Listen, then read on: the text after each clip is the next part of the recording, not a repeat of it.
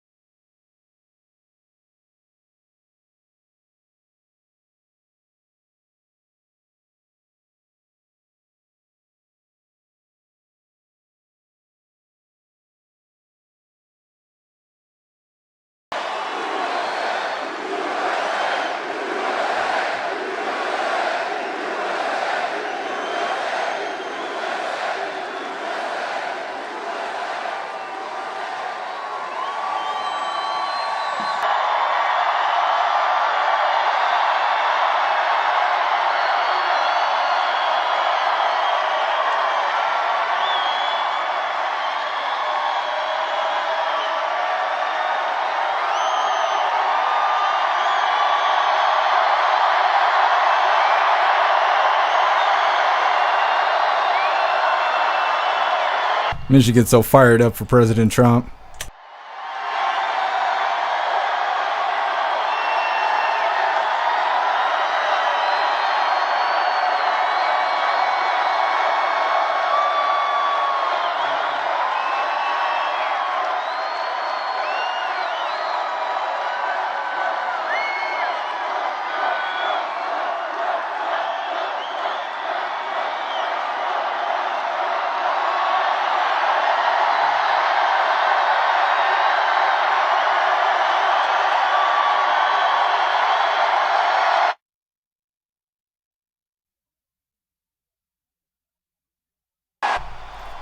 That's on their end.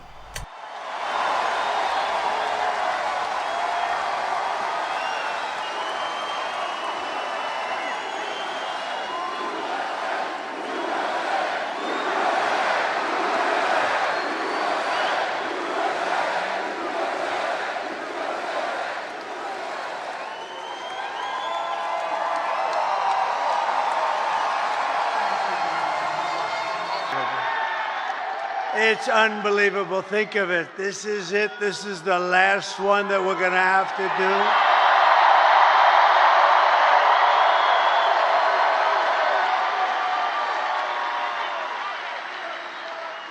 And doing 4 of these in one day is a little difficult, but not really, because the love in every one of them has been incredible, just like this. So it makes it a lot easier. And I want to say a very special hello to Grand Rapids. It's been a special place. Remember, 2016, we were given a 3% chance. You remember, we came to Grand Rapids. I said, how the hell are we going to lose? It was just like this. And I said, how are we going to lose? We're not going to lose. And it was a 3% chance, and then we won a little place called Florida, and it went to about a 7% chance, and then it went to an 11%,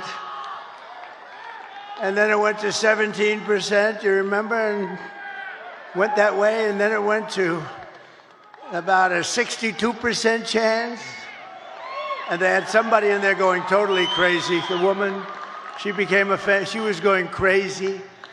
Not on our side, on the other side, she was going crazy. But we're in very good shape. I have to tell you, we're way up in terms of the vote. You know, the Republicans are never up like that.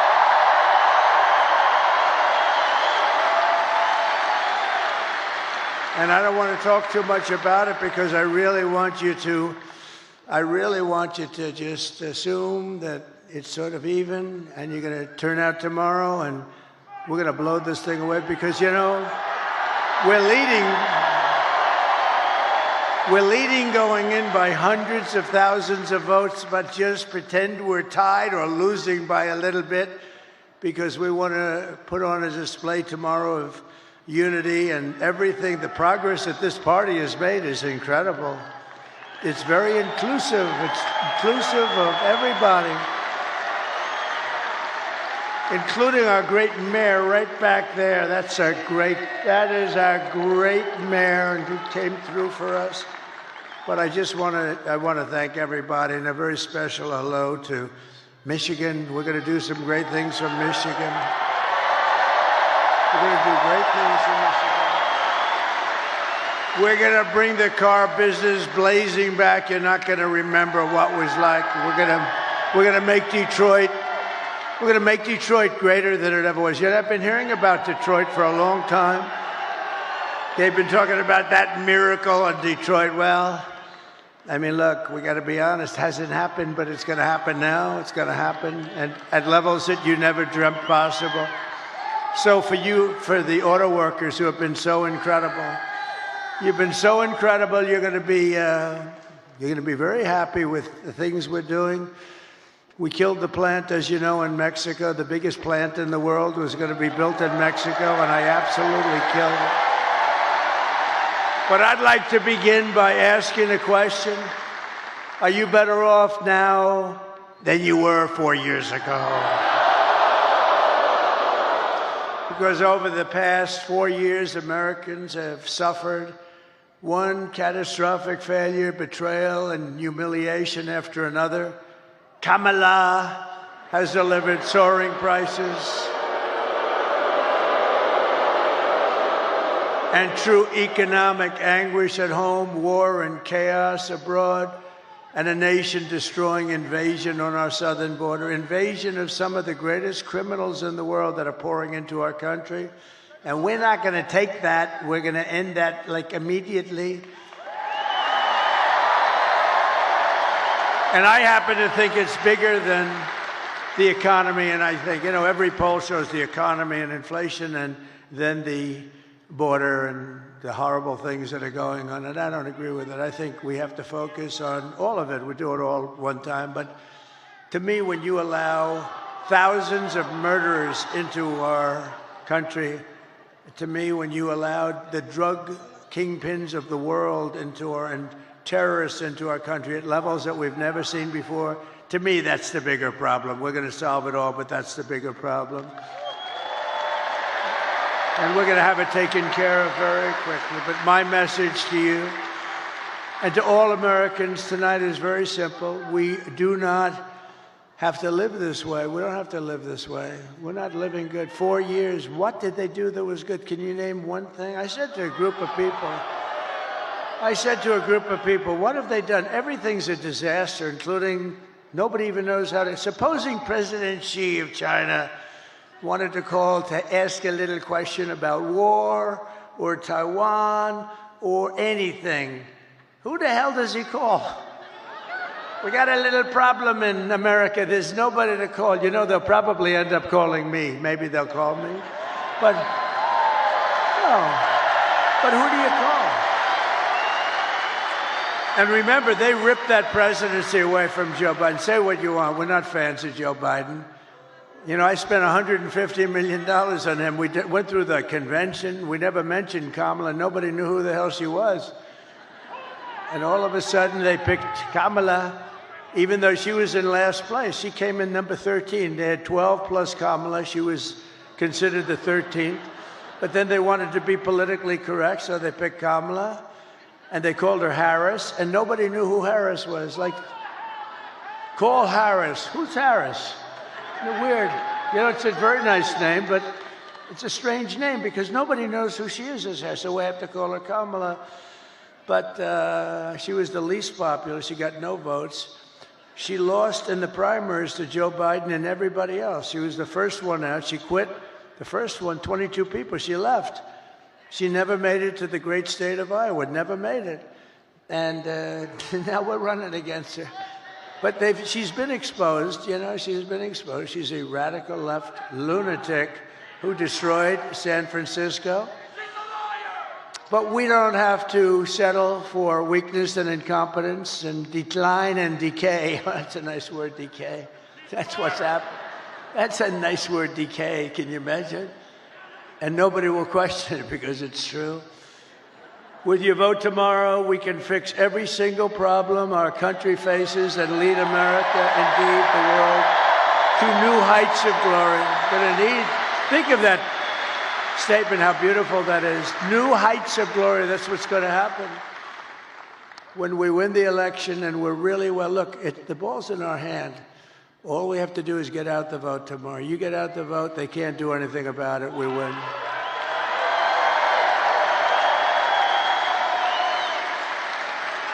One of their top people just got on television. I was coming in, and they said, these are not looking good, these numbers for them. This is very troubling. At least he was honest. No, all we have to do, if we get out our people, it's over. There's nothing they can do about it. It's nice when you have that, right? You know?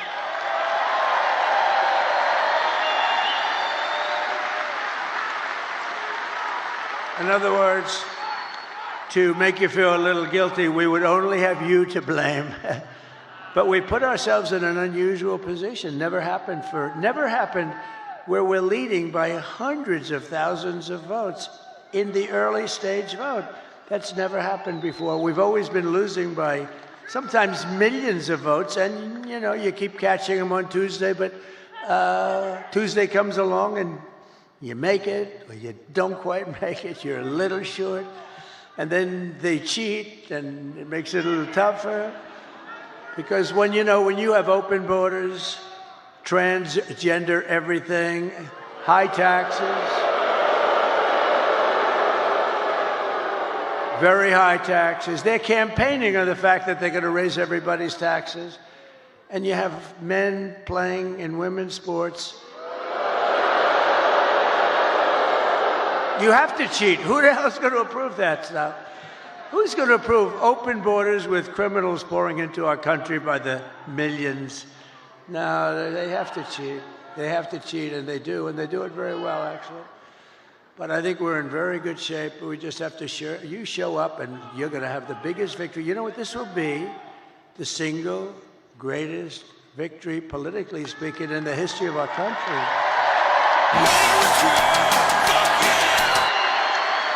And when we win the election,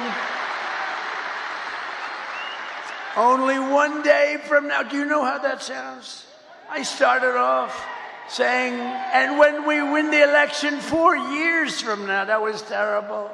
That was so depressing. When we win the election 4 years from now. Then I said 3 years and 2 years and 1 year. Then I said 6 months, and I said, ooh, that's starting to get a little close. And then I said 5, 4, 3, 2, 1 month. And then about 3 weeks ago, when we win the election in 21 days, it just seemed very far away. And now I say when we win the election tomorrow. Can you believe it? Can you believe it? Wow.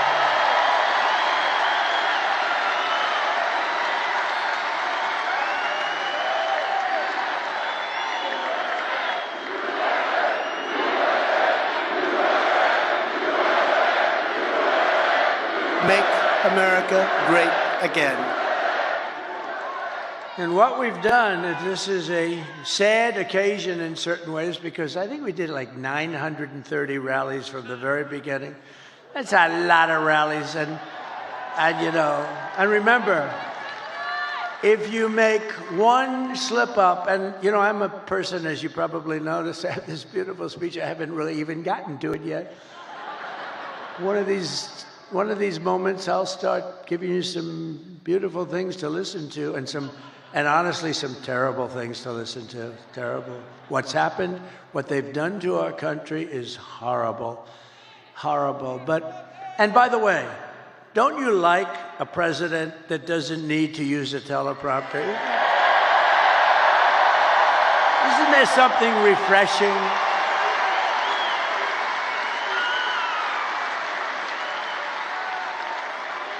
But I think I heard somebody say it's like 900, maybe a little more than 900 rallies. And, rarely do they ever catch me making even a little mistake. I go through rally after rally, 10, 20, 30, and then I say the wrong. They say, he's cognitively impaired. No, we're not. I'll let you know when that time happens. It could happen, but hopefully it's not going to be for a long time. He pronounced the word, he slurred the word, and I hate to go back, A lot of guys, they'll be talking and they'll make a mistake. Excuse me, let me go back. When you do that, it's over for a good speech. You can't do that. You just have to blaze through it and hope that they didn't hear the mistake. When Winston Churchill, who was a great speaker, he was actually a stutterer, a tremendous stutterer, and he became one of the greatest orators. But when Winston Churchill made a mistake, he didn't go, excuse me, and go back. He just blazed through it. But if I do it, they say, he's cognitively impaired. There's something wrong with him. These people are sick. Those people, look at them. Ooh, that's a lot of people. That's a lot of people. But this has been an incredible journey. And it's very sad in a way because, we've done all these. And this is the last one. But here's the good news. All we were doing is putting ourselves in a position to win, which we can do tomorrow very easily if we show up.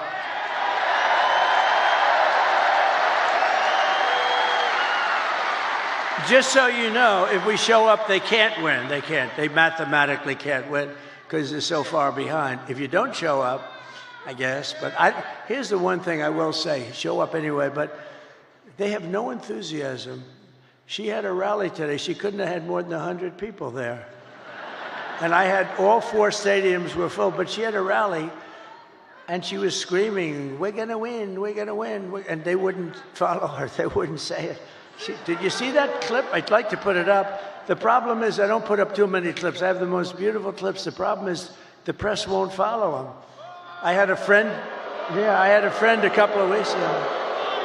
We made these gorgeous clips, and actually gorgeous in one way, but horrible in another, showing the death of children and all the damage that they've caused with the open border. And all they have to do is take those cameras, look at all those cameras, and all they have to do is move them like an inch over and an inch up. I have oftentimes, well, not too many. I have oftentimes screens right behind me. All they have to do is just move it up 2 inches like this. And they don't do it because they're fake news. They don't want to show what's on the screen. So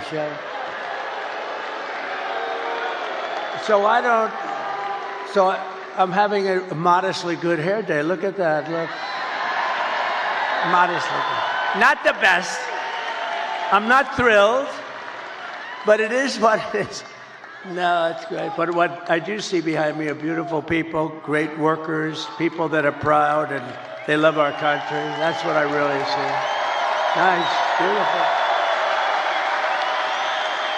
So it puts us, assuming we can win tomorrow, which I think we should be able to do pretty easily. It's in our hands, right? It's in our hands. It's totally in our hands. Oh, it's today. Oh, it's today. Oh. Oh. He's on fire. Thank you. That's today. Wow. Can you imagine a crowd like this at like 1 o'clock or some ridiculous time in the morning? On a Monday/Tuesday, right? Think of that. What a compliment. And it is true, she had nobody at these rallies. That's a poll. Look, Mr. Wall, look at Mr. Wall over there, this guy. It was always my ambition to buy a suit like that and wear it one time. Well, I came in a sanitation uniform last week, and that worked out pretty good. Because Joe Biden, in one of his crazy moments, said that we were all garbage. But they've shut him down. They took the election away. They walked in and they said, you're not running anymore. You're out. Can you believe? They stole the election from a president. Can you imagine that? They said, you're not, they use the word coup. I think it's worse than a coup in a sense, because a coup, there's a little back and forth. They said, Joe, you're out. That crazy, horrible human being, Nancy Pelosi, who cheats like hell. She sold.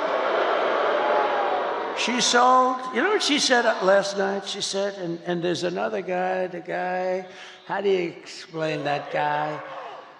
They say, well, we'll get ready to start impeaching him. Now, how bad are people like that? They're just trouble for our country.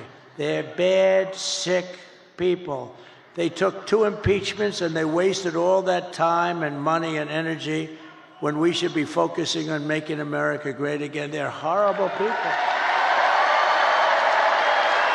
I mean, Nancy Pelosi started with nothing. She's worth $200 million. She had a big position in Visa, and she sold it. And the day after she sold it, the Justice Department announced that they were under this massive investigation. You're a stock guy, right?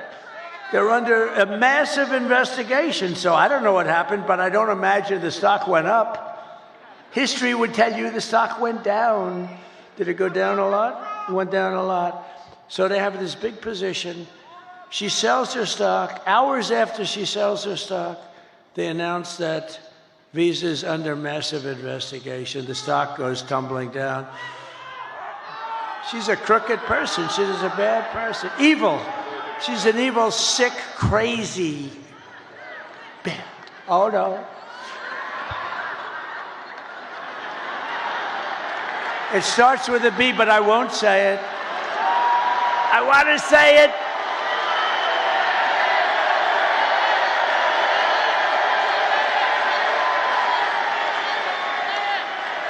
I want to say it, but Franklin Graham said, sir, I love your speaking ability and I love your storytelling, but honestly, it would be even better if you wouldn't use foul language. And I don't use much, every once in a while. And it's never a real bad word. It's, it's like never bad. And so I try to adhere, but he's wrong about one thing. It is a little better when you use the foul language because there's more emphasis. No, but these are bad people. These are bad. Adam Shifty Schiff. I call him pencil neck. He's got the smallest neck I've ever seen. He's got about a 4. And he's got the biggest head. So I don't know how the neck can hold the head. He's an unattractive guy, both inside and out. And this guy can end up being a senator, but don't worry, we've been beating him for 8 years. We've been beating these people. We've been beating them. They impeach me, we win. They send me down the Records Act, and we won in Florida. We win. But we have to take a lot of time, a lot of money, which is what they want. A lot of time, a lot of money. This way we can stop the one guy we don't want to fight is Trump. We can stop him from getting the Republican nomination. And I got the Republican nomination in record time. And let's keep going, and maybe we can stop him from winning the presidency. But that's looking pretty good tomorrow, I'll tell you. They give us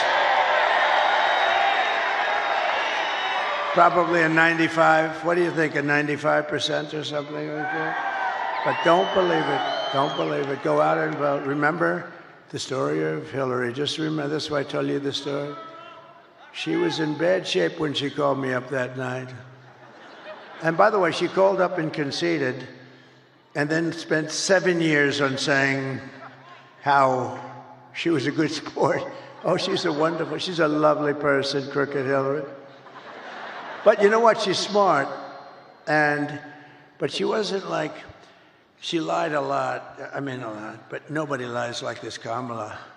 Kamala, he will not ever frack in Pennsylvania. My whole case is fracking, and he will open the borders immediately. No, no, no. I'm going to close the borders. However, if people want to come in, they can come in legally. They have to come in through a process. We need people.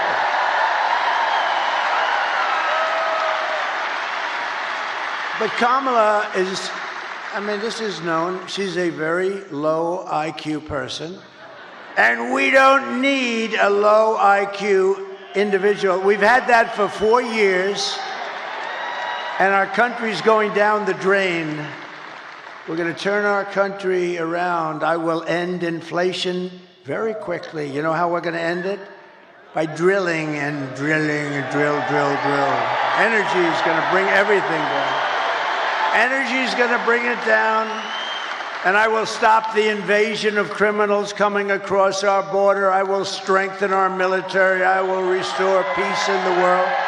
And I will rescue the American dream. We're going to have the American dream back soon. Together, we will begin the 4 greatest years in the history of our country, and we will launch the most extraordinary economic boom the world has ever seen. If you vote for Lion Kamala, you will have 4 more years of misery, failure, and disaster our country may never recover from. I don't believe that our country can take any more of this without just gone. I don't believe it can take any more. It's going to be, can't take this. This is abnormal abuse, And I heard somebody said the wall. I built 571 miles of wall, which is much more than I said I was going to build. And, you know, it really worked. Walls work. 2 things work. What are the 2 things? Walls and wheels. They're the only 2 things that never get obsolete, right? Walls and wheels. A wall and a wheel. It's always going to be around. Other things, they have the beautiful computers. You know, you buy a computer. Oh, this is the greatest. 2 weeks later, it's obsolete. That goes on. I don't know how people do it. We have the king of computers. We have the king of everything endorsed me, Elon Musk.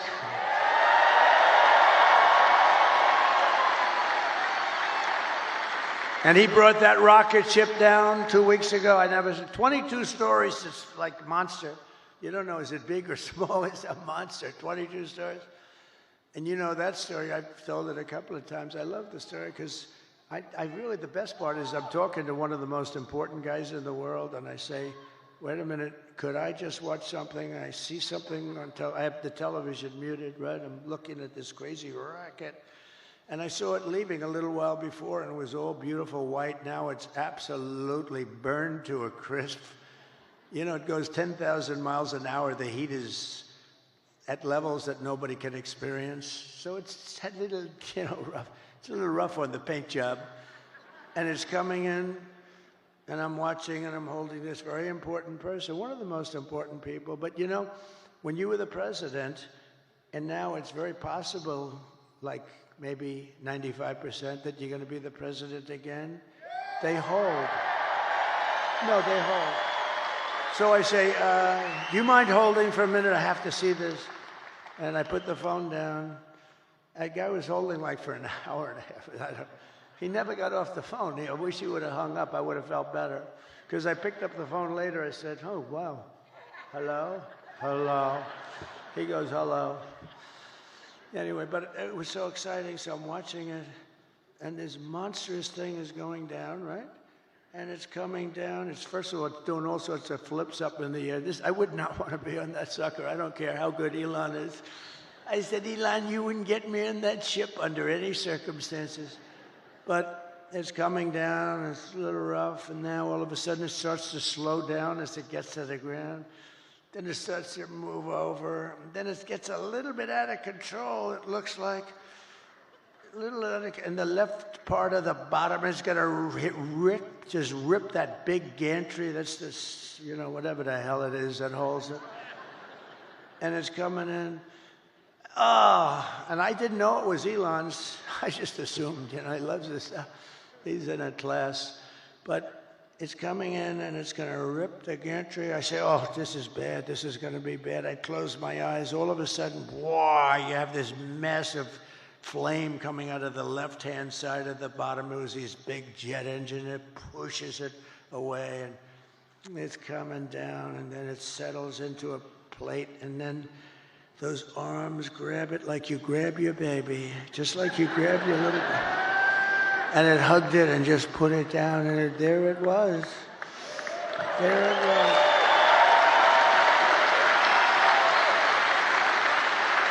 And I called Elon. I said, was that you? He said, yes. And he said, and by the way, he said this, and by the way, this is something I'd never said because I didn't even think of it before when I told this story. He said, and by the way, I'm heading up to Pennsylvania to campaign for you. That was 2 weeks ago. He's still there. Can you believe it? Because he considers the election more important than rockets, more important than anything. He helped us out a lot in North Carolina and parts of Georgia where they desperately needed the Starlink. I had no idea what Starlink. They called me up. They called me up in Georgia. Elon's incredible. He has Starlink. He's got everything has to do with stars and stuff. Very complex stuff. No, he's amazing. But, sir, I know that you know Elon Musk because I read your endorsement. You know, he says the most important endorsement he'll ever make. It was such a nice thing, and he said he wants to help. And I didn't know he was going to help to this extent. He went up. He won the big case today, too. He won the case. Huh? Because I don't know, he did something that I don't know what he was doing, but he did something with lotteries, and you know, he's in a different. He's amazing. I'm going to do lotteries and this and that and make your life fun, and he's having a good time. You know, he usually is in a lab, and he's happy there. All of a sudden, he's escaped the lab, and now he's out, and the public adores him. He's a great guy. The public absolutely adores him. But the man from North Carolina, great guy. You know, North Carolina was hit so hard with the water. The hurricane was essentially a massive pile of water. It was a big water hurricane, the biggest we've ever had. And they were so flooded. Areas that had never virtually seen water were turned out to be lakes. They ripped houses, trees. Everything was ripped down by the power of the tides that were going back and forth. It was terrible. And this man said, if you could ask him for help with Starlink, we cannot get it. It's very hard to get. And I called Elon, and he got it immediately for them. He got it so much that he had it there immediately, so much that you know, they couldn't even believe it. He said, this has saved a lot of lives. They had no communication in North Carolina, which, by the way, we're leading. In fact, somebody said, they picked up stakes. There's no more ads. There's no more ads. That's usually a good sign. That's usually a sign that they're not going to win. But one of the reasons they're not going to win is because FEMA did such a bad job. So FEMA, you know, we had a great FEMA. We did good. But they spent most of their money, as you know, on illegal migrants coming in. They spent so much money that they didn't have the money to take care of the people from North Carolina. But we will be there on January 20th, because on January 20th, that's when you assume it. But they pulled up stakes. Historically, when you pull up stakes and stop advertising and leave, historically, you're in pretty good shape in this state. Is that correct politically? Because I haven't done this as long as some of the as well and as long as, well, I think I've done it better, actually, because I ended up being president, so I probably, but some of our great politicians have done this for a lot longer than me. So let me ask you, all of these senators, and when you pull up stakes and leave, historically, Doug Burgum was so incredible. He really is, isn't he? Is he a class act? His wife is much better. She blows him away, right? Catherine is much better. But, Doug, when you pull up stakes and you stop advertising, doesn't that generally mean that it's over, right? It's over. Doug is cautious. He doesn't want to, he thinks it's a trick question. No, it means it's over. And I think it's over in a lot of places. I think we're going to see some incredible stuff tomorrow. But it won't matter. It won't matter as long as you go out and vote. Nothing's going to matter because it's in our, you know the expression, the ball is in their hands, the ball is in our hands. They can't do a thing about it. And now you're going to go out there later today.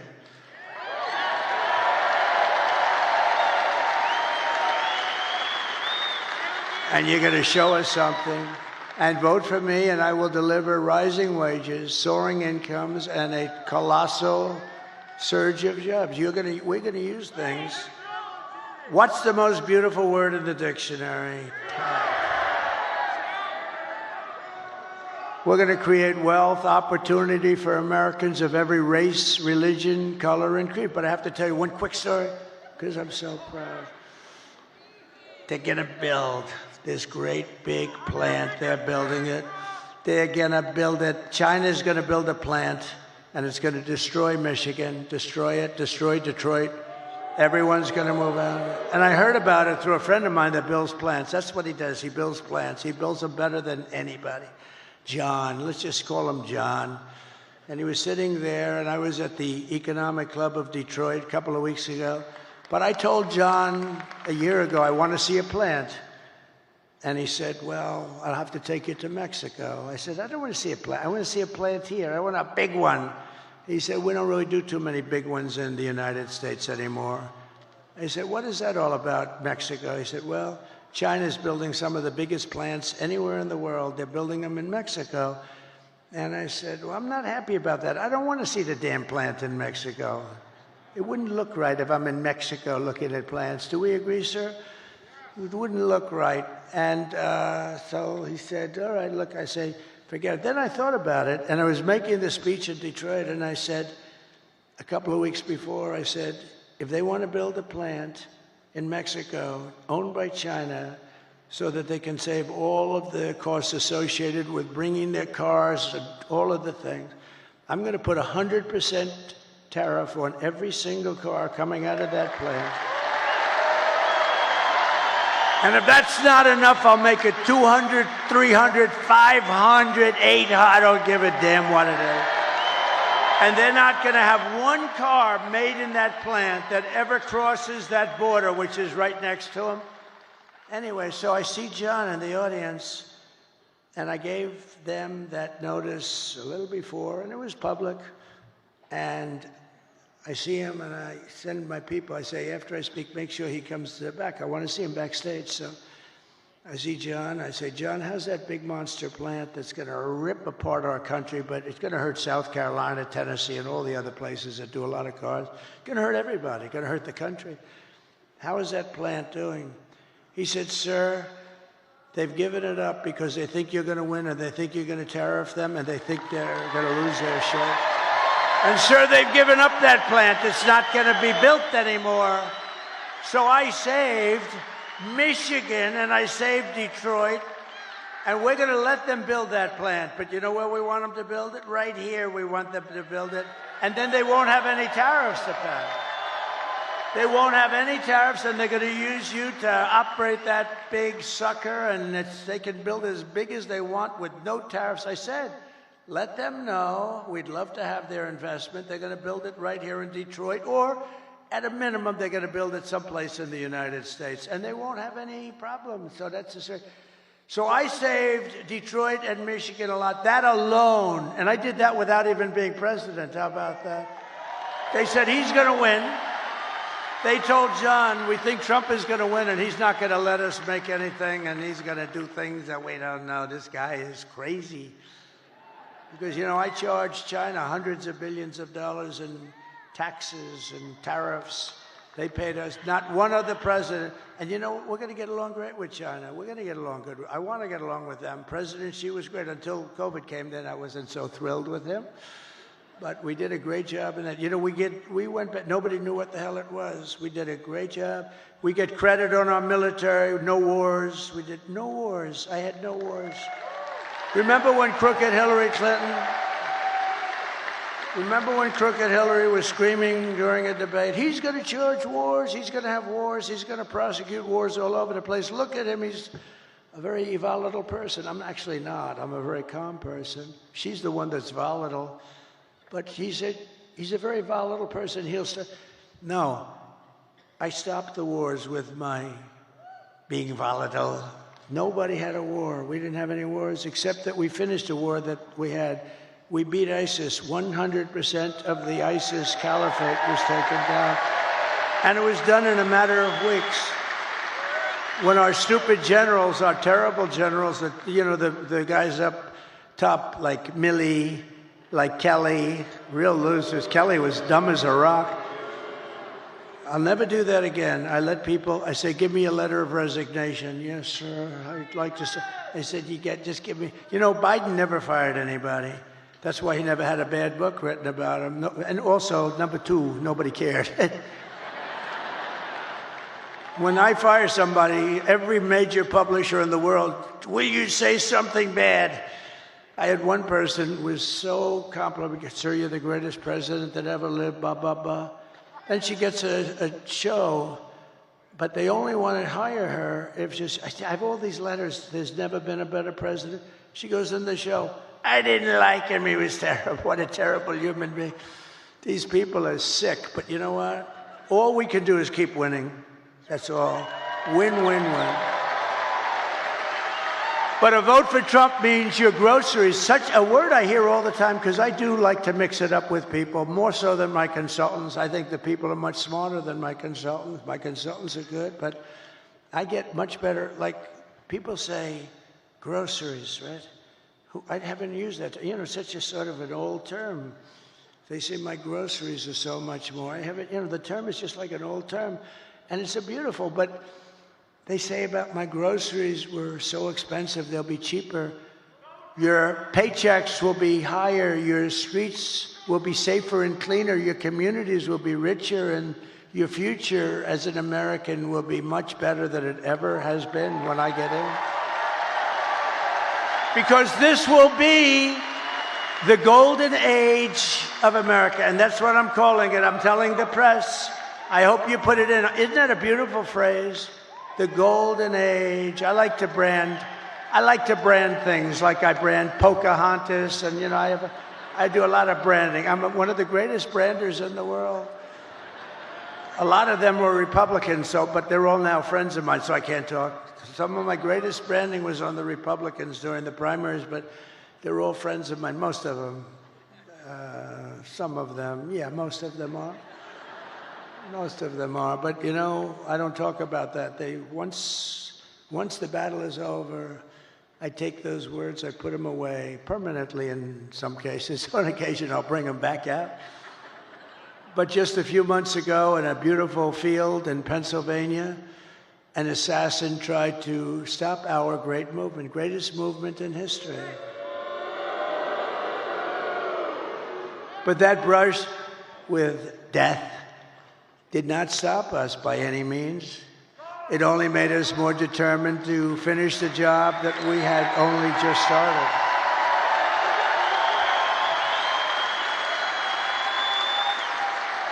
That was not a pleasant day, I will tell you. That was not a pleasant day. But many people say that God saved me in order to save America. Many people, I've seen it so many times.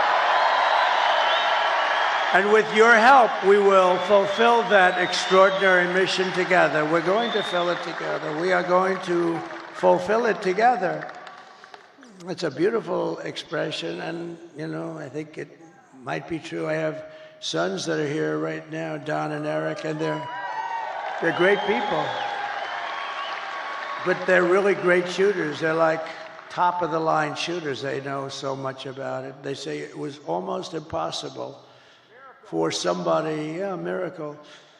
It was a miracle. That's the miracle right up there, right?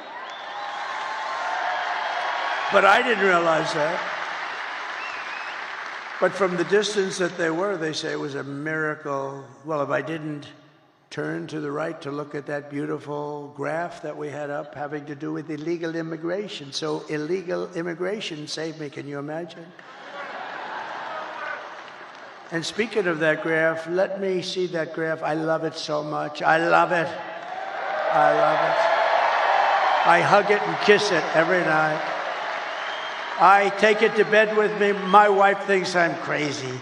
I bring it to bed with me. Look, if I don't put that up, and it's never there, it's always there or there, but usually it's on the left. So if I look to the left, I'm gone. If I looked over there, but it's like, it's something happened. Something happened. Something up there happened. No, but think of it. So I said, just like I did right now, the shooter's right there, right exactly 90 degrees.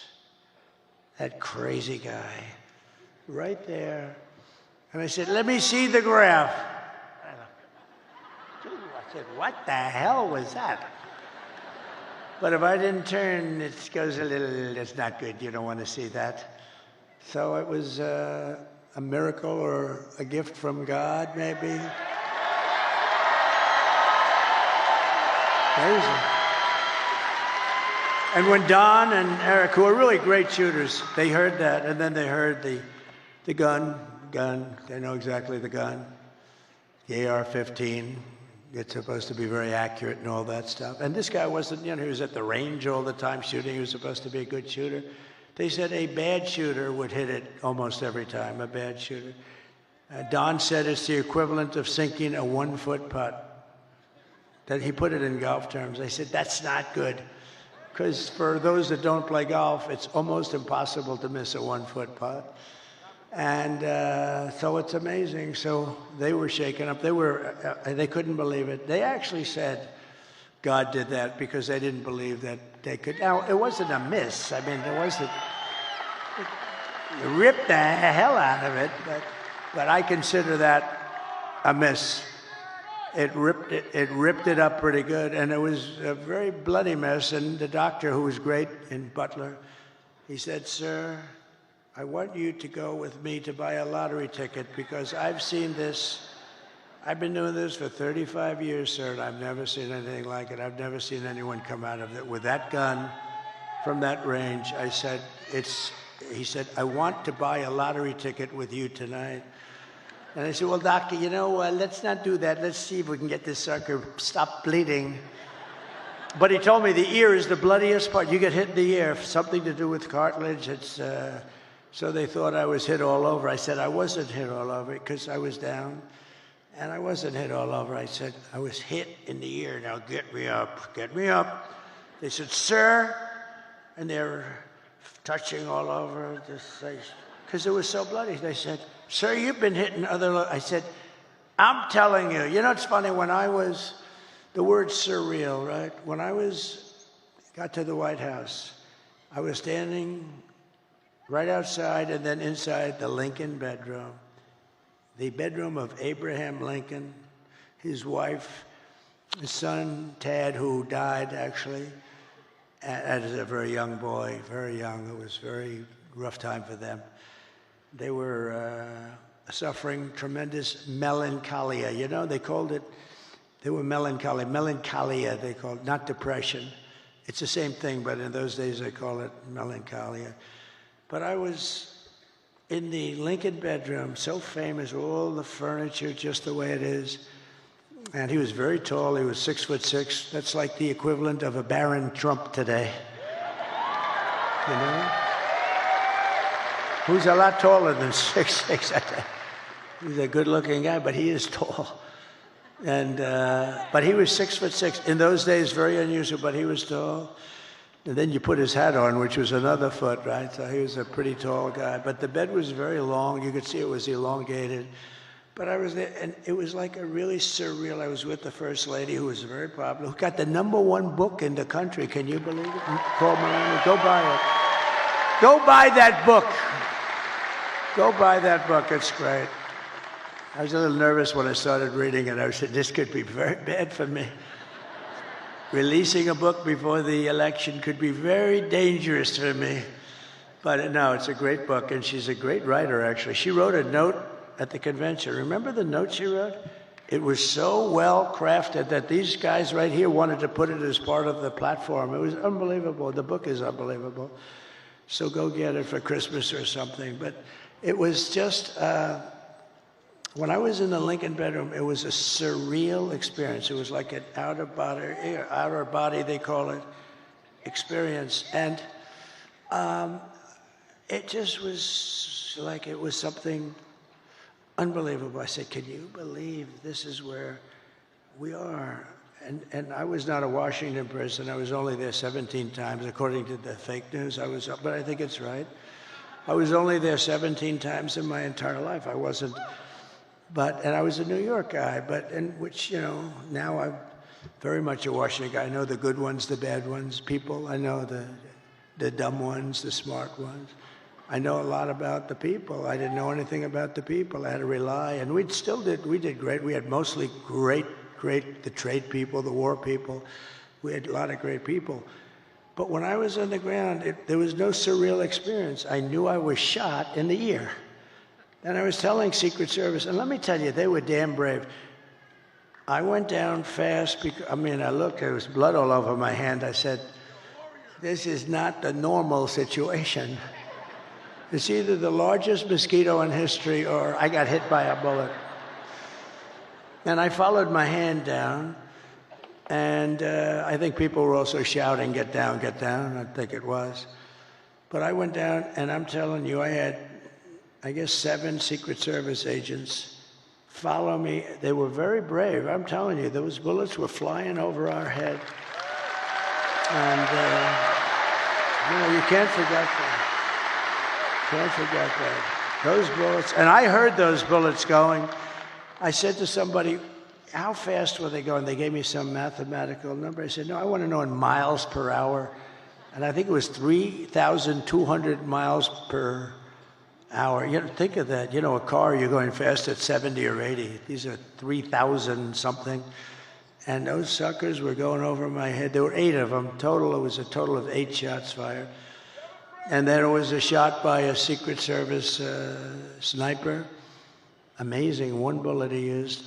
But I think we also had help from one of the police snipers. He hit the stock of the gun or something, and we appreciate that very much. But it was amazing. But when I was down there, I was totally aware. I said, no, get me up, because I was speaking in front of a massive, you couldn't even see the end of it.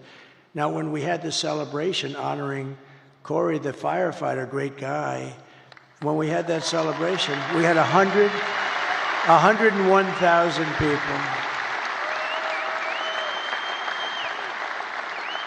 And that's when I really got to see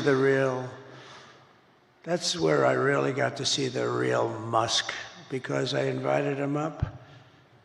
And he's always like in a lab. And it's almost like he was released. And I said, you have to come up here, Elon, just come up. And he looked out, and he was so happy. I think he loves people. And he started doing jumping jacks and stuff behind me, right? He was so happy. I think he's going to run for office against me. I'm very concerned. No, he's great. It was great. But he was so happy, and it was a great celebration. But when I was down, there was no feeling like I had in the White House. I totally was aware of everything. But had I not made that turn, I wouldn't be with you tonight, and that would have been bad. And I hope that's right. I hope that God did put me here to really save this country. Because this country's in big, big trouble. This country's in big trouble.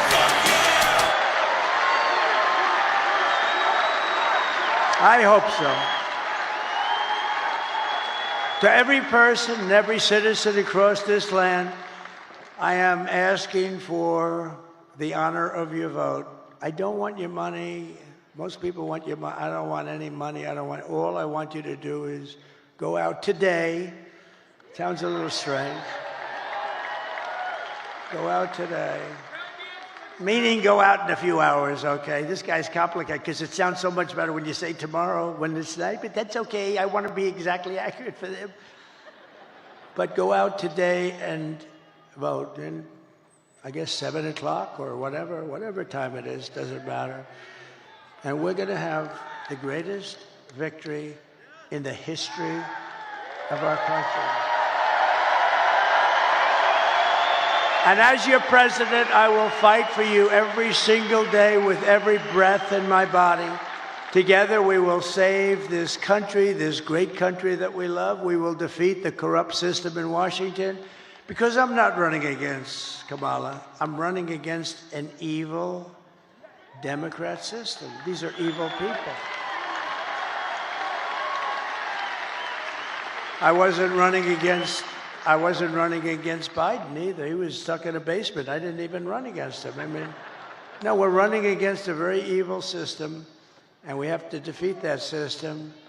And America's future will be an absolutely incredible one. As we stand on the brink of rescuing our country, I want to take a moment to thank the millions of hardworking men and women who are the heart and soul of this, the greatest movement of all time.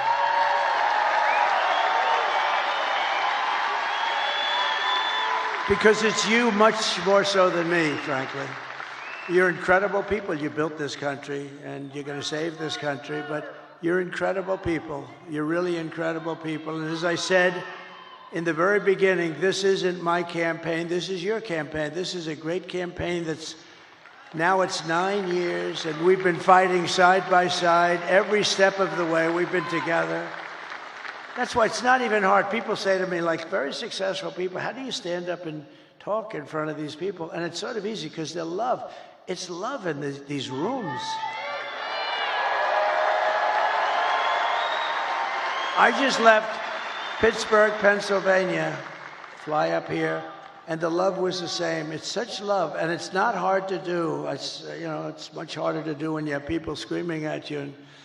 But there's love in this room. I think there's love in the whole country. I think it's a much bigger movement than we even understand. I think we're going to end up getting numbers that are far greater than we would expect. But you've given your time, your money, and your whole heart for this cause, and your support means more than anything you can even understand. It's amazing. I love you all. You're very special. This is my last rally. Can you believe it? The rallies, these big, beautiful rallies, there's never been anything like it, and there never will be anything like it. And it just happened. It caught on, and I think it caught on because our country's in trouble, and I happened to be a messenger that was able to tell you what you knew, because most people understand it. Most people with common sense, we're the party of common sense, they understand it. But this is all you need to know. I mean, Joe and Kamala broke it, and I will fix it. I'll fix it fast. And America will be bigger and better and bolder and richer and safer and stronger than ever before. It's going to be all of those things. The presidency requires strength, courage, and grit. And in a little while, you have to stand up and tell Kamala that you've had enough. You can't take it anymore. You're destroying our country. You were a terrible vice president. You destroyed San Francisco. She destroyed San Francisco. And she worked, when she was Attorney General of California, she worked along with a lot of her friends out there, like Gavin Newsom, the governor, one of the worst governors in history, and destroyed the state. I mean, more people moved out than moved in last year, first time ever. That's never happened before. You're going to say, Kamala, you're horrible at your job. You don't know what you're doing. You're a low IQ individual. We want smart people. We want cunning people. We're dealing with the smartest people in the world. We don't want you negotiating nuclear deals because you don't know what the word nuclear means. Kamala, you're fired. Get the hell out of here.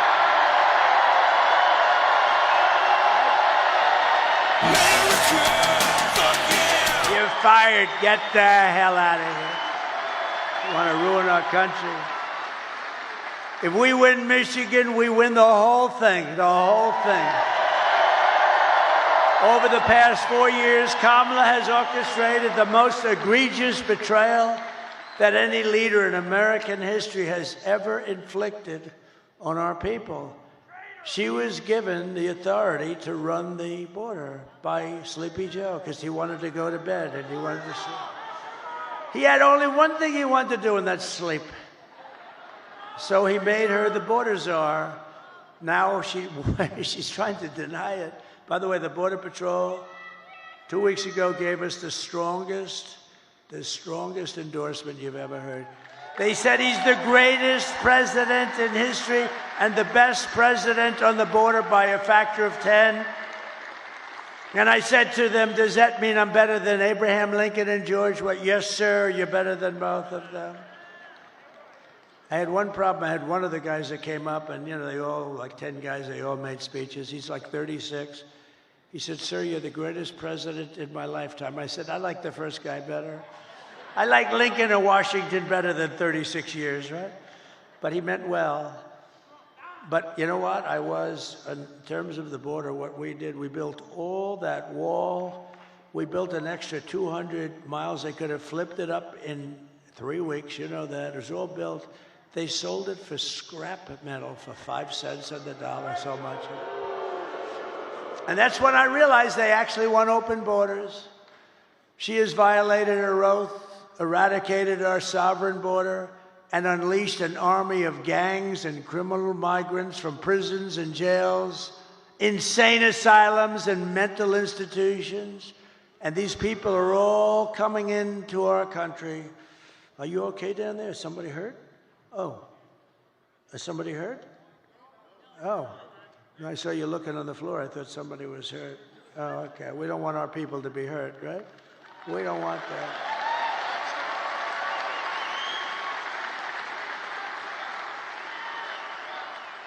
But all around the world, they come from Venezuela, they come from the Congo in Africa, not just from South America, they come from all over the world, and they're stealing countless American lives. They're killing a lot of our people, a lot, far more than anybody thought even possible.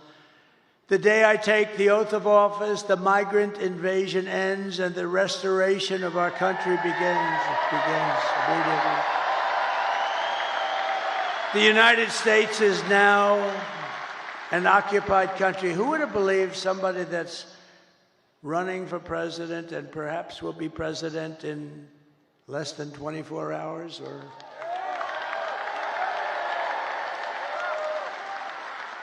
or maybe it will take these machines that we pay so much for 2 weeks. Can you believe it? If you used very highly sophisticated watermark papers, it's more sophisticated than the machines. Paper, highly sophisticated. Okay, if you used paper, and if you used voter ID, and if you had 1 day, and you, in addition to voter ID, you have a proof of the fact that you're a citizen of our country, which would be nice, you would have the results tabulated like in France. They had 37 million people. The results were tabulated at 9:30 in the evening. They had a winner, they had a loser, and they went home. And here's the other thing. I know nobody's very cost conscious anymore. 8% would be the cost compared to the cost of these very highly complex machines. And Elon Musk told me, he probably knows more about computers than any man in the world. He said that machines don't work because they're easily violated. Now, this is the smartest guy in the world, the guy that runs rockets with computers, and saying the computers are far more important than the engines. I mean, nobody knows anything like this. But if you used paper, it's 8% the cost of the other. It's more accurate. And you don't have 12-day waits. And then what the hell's happening in the inside of those machines if you wait? We want the answer tomorrow, tonight.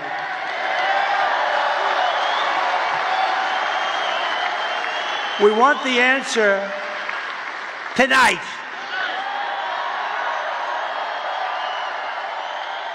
They spend all this money. They spend all this money, and old-fashioned paper is much less expensive. And you know what? It's more accurate. It's much better. Something's going on with this. I mean, what the hell are they doing? But we don't want to wait 10 days, 12 days, 3 days, 2 days, or 2 hours. We want the answer tonight.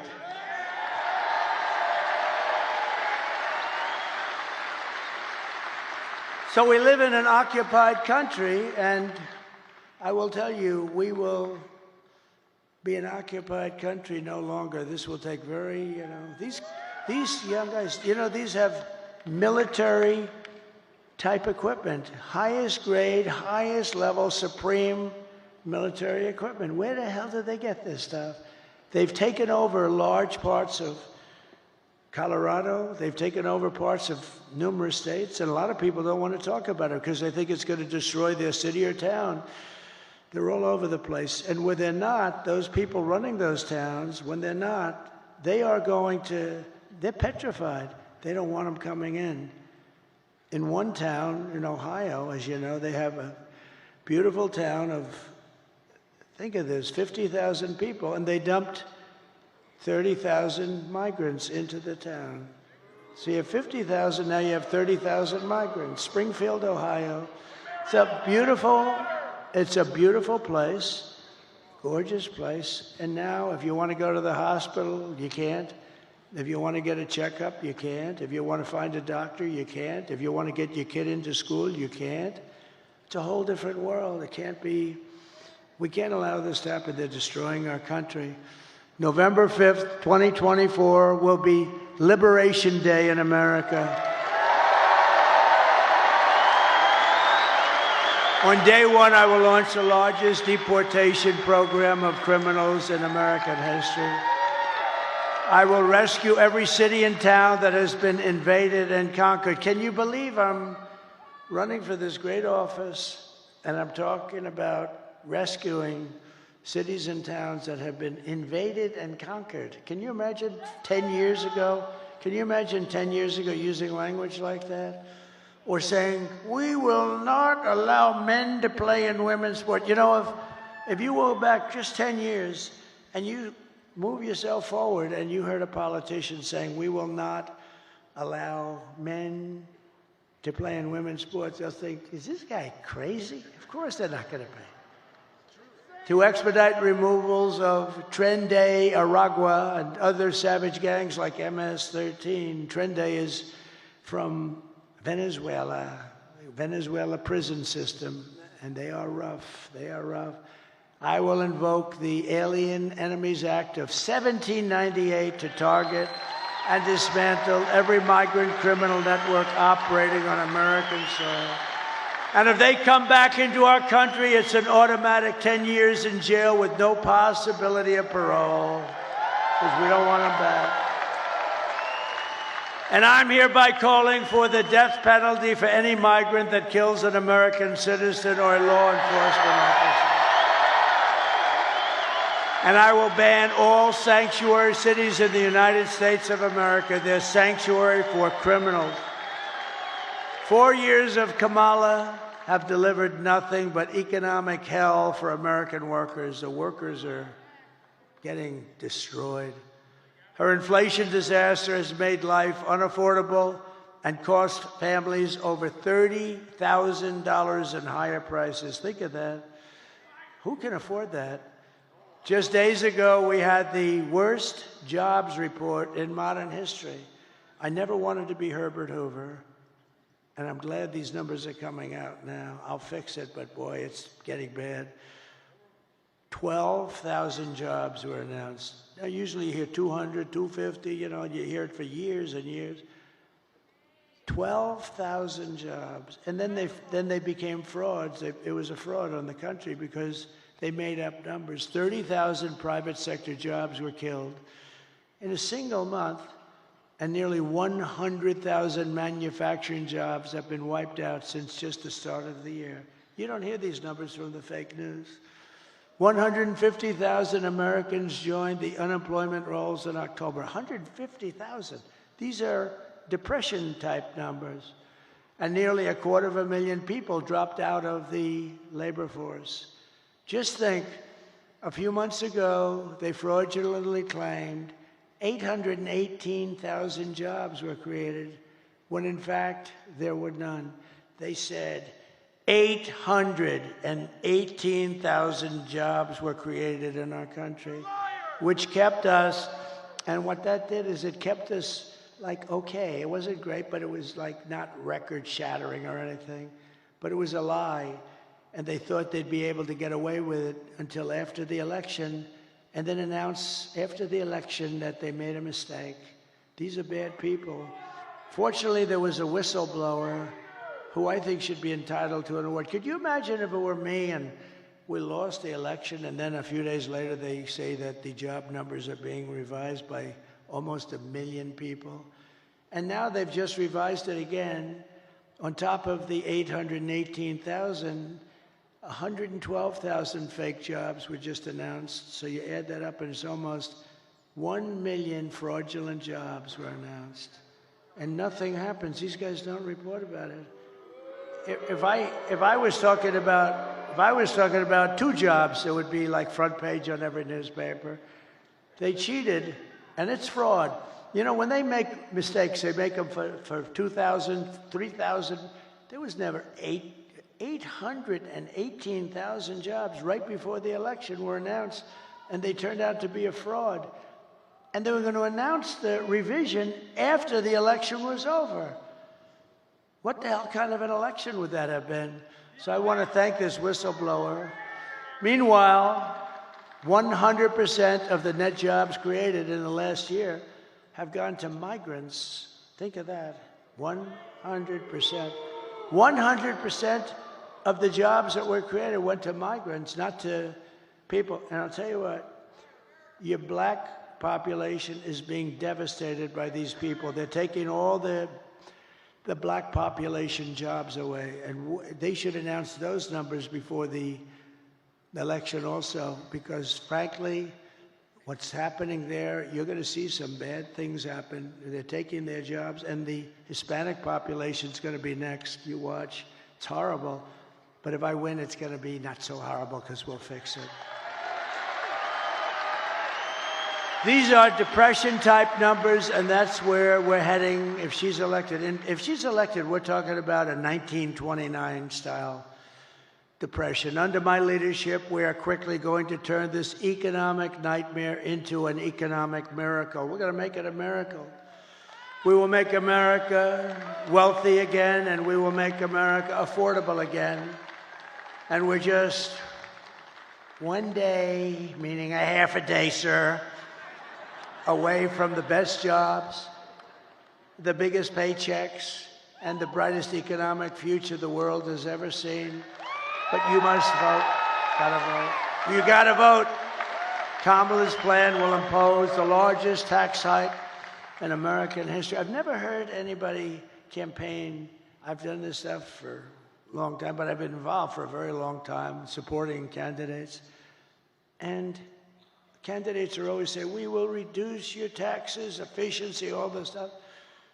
They're running on the fact that they're going to raise taxes substantially. I've never heard that. This is the craziest campaign I've ever seen. We will raise your taxes. Vote for us. Mondale, he says Mondale. I think you're right. We're going to raise your taxes. But they're going to do that on the typical family, American family. They're raising the taxes more than $3,000 a year. My plan will massively cut taxes for workers and small businesses, and we will have no tax on tips, no tax on overtime, and no tax for our great seniors on Social Security benefits.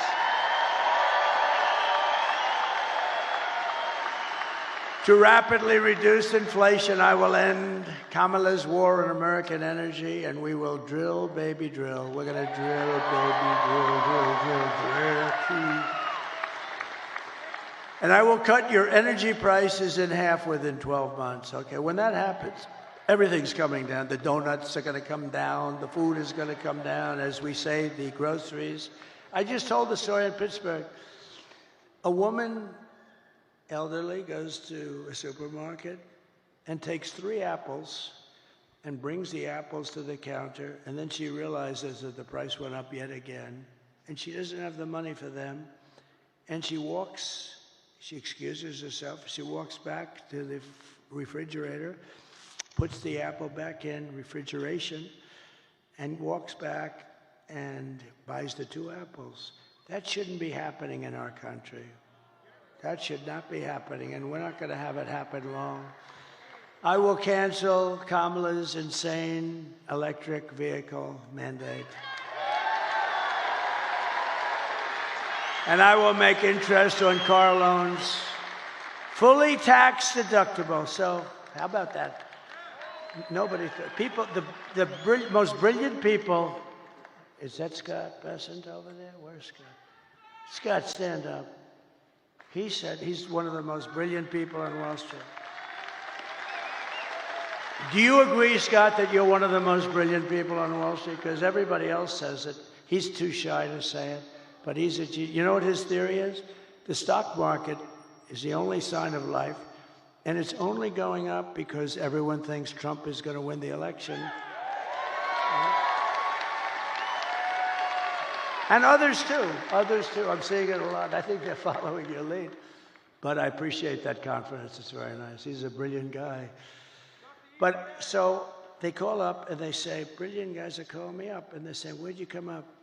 On a car loan, we're going to give people, we want to develop the car business in this country. In a car loan, we're going to give people the right to deduct interest,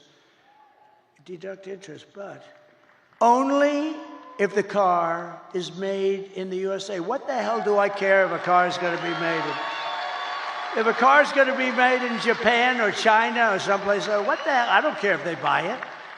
I want them to buy cars. So think of that, what that's going to do for Michigan.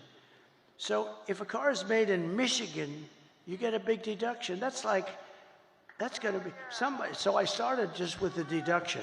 Then I thought to myself, why should I give them a deduction to buy a car that's made in China or Japan or South Korea? Well, I don't, look, I mean, they're wonderful people. Everyone's wonderful, but I want them to be built here. So then I came in with that little extra tip, and it says, but you only get the deduction if the car is made in America. Isn't that cool? And hopefully right here in Detroit and Michigan would be great. We're thrilled to be joined by your next senator, Mike Rogers. Mike, thank you very much. Thank you. You're doing great. This guy is doing great. He is amazing. I think I'll tell you, it's hard to beat some of these people because they lie. I heard she's another one. She's going around saying she's very close to Trump. She agrees with Donald Trump on the tariffs and the wall and this, but she never agreed until about 2 weeks ago when she was losing, right? No, she's doing, but I have about 6 of them. They're doing that. They're doing that against Bernie Moreno. They got a guy running against him, Sherrod Brown. I love President Trump very much. He's great. We're leading. I'm leading, how, by like almost 20 points or something. So all of a sudden they love me. They all love me. And the day after the election, he'll be calling for my impeachment. Let's impeach him. These people are sick. But we have great members, and Mike is really a talented guy, respected all over Washington. He was very successful. And I hope he can represent you because he's going to be one of the stalwarts. He'll be a leader. Thank you very much.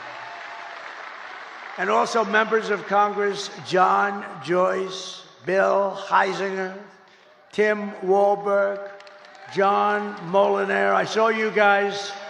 Very good speech you guys made. Boy, you really were rocking them, huh? You guys, very different styles, but tremendous talents and really good. Thank you very much. They really are tremendous. You have a great bunch here. I don't say that with all states. Some states I'm not so thrilled, but that's okay. And governors, Sarah Huckabee Sanders. Where's Sarah? She's so good. She is so great, right? Proud of her. I saw her father the other day. I served on a panel with him. And I said, Mike, I think you're great. He endorsed me when I was running. He gave me a 4-page endorsement, and I think the endorsement was put out before I finished my speech. And I said, you're great. He said, well, I appreciate that, but my daughter is far greater. How about that? Is that nice? My daughter is greater, he said. And he's not a man without an ego, I will tell you, right, Sarah? But he said, my daughter is greater. That's beautiful. That's a beautiful thing that he said. He's an incredible guy. And Doug Burgum, who's become one of the real stars of the party. And Catherine, stand up. I first noticed Doug by looking at Catherine. She was riding a horse in an ad. I said, who the hell is that? But I don't look anymore. No, beauty doesn't mean a damn thing to me anymore. It doesn't mean anything, but I did notice there was a woman, and to the left there was a man riding, but I didn't notice him so much. But it was this couple, and you know the ad I'm talking about. It was beautiful. It's like the most beautiful. He looked like the Marlboro Man. Whatever happened to him? But what a combination. And he's become one of the most successful governors. What he's done with the fracking and with the oil and gas and everything has become something special. He's done a great job. Thank you both very much for being here. Appreciate it. And former Congresswoman and Democrat candidate for president who did very well. I watched her for a long time. She's a woman of incredible intelligence, but maybe more than anything else, unbelievable common sense. And very, very special. She just joined the Republican Party, by the way. She was an independent for years. Tulsi Gabbard. Tulsi, thank you.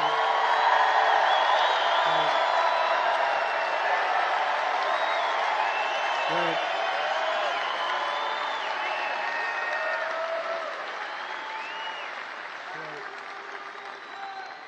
And a man who's very special with a great talent.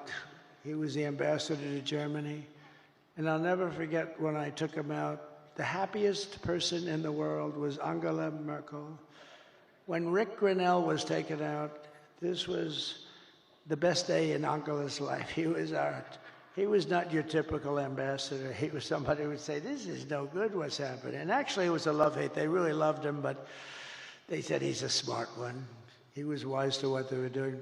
Rick Grinnell, where's Rick? Thank you. Thank you, Rick.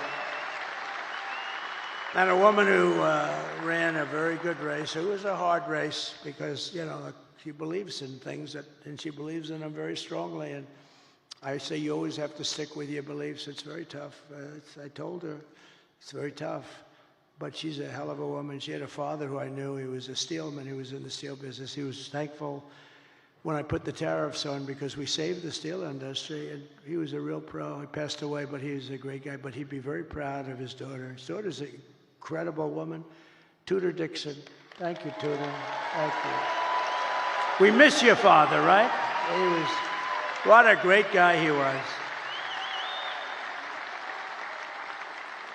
And then we have a woman who drives extremely fast. She can drive a car.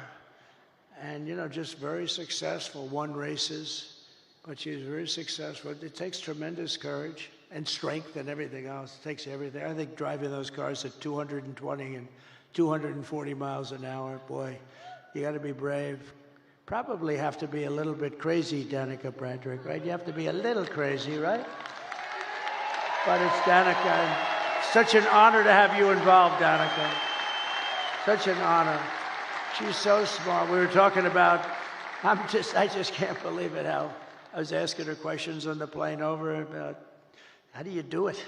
How do you do it? Because, they had me in one of these cars that start the race, and I'm sitting in the car, and we're going like 60 miles less than what you travel at. And I'm saying to the driver, you okay? He was okay. But it's an honor to have you involved. You're really special, a really incredible athlete. She's an incredible athlete.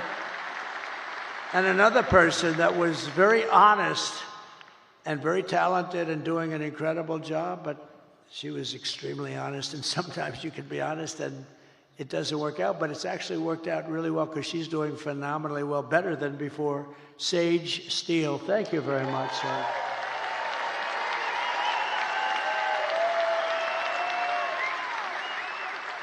And Michigan Republican Party Chairman Pete Hoekstra. Now, I told Pete, I've known Pete for a long time. He was very, very successful at everything he did, and he was an ambassador. He was one of the best. And I said, Pete, you got to come in and run the party. You got to do it for me.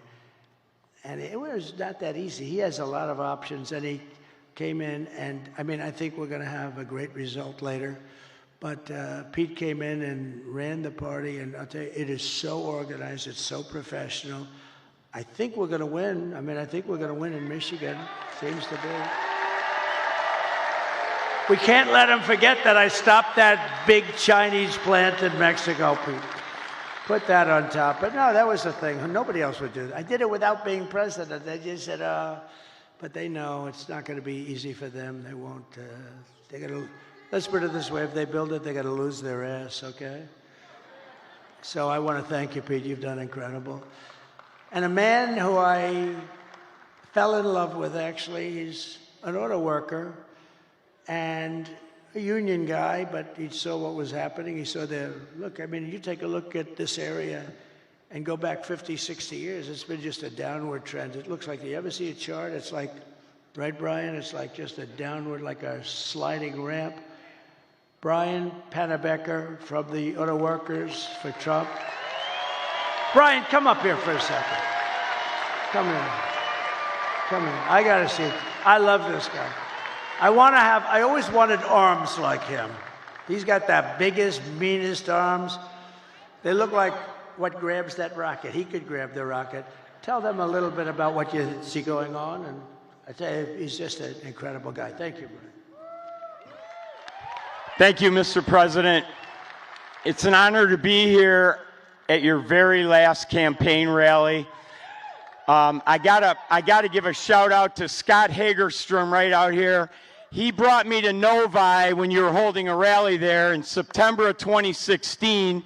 You were a candidate before you were president, and I got backstage and got to meet you, and I told you the little song about Macomb County, home of the Reagan Democrats. I said, Mr. Trump, if you come to Macomb County and ask for the Reagan Democrats' support, which is basically the UAW members, and I got a few of them here with me tonight. I said, if you come to Macomb County and ask for the Reagan Democrats' support and you get it, you might win Macomb County big enough to carry the whole state of Michigan.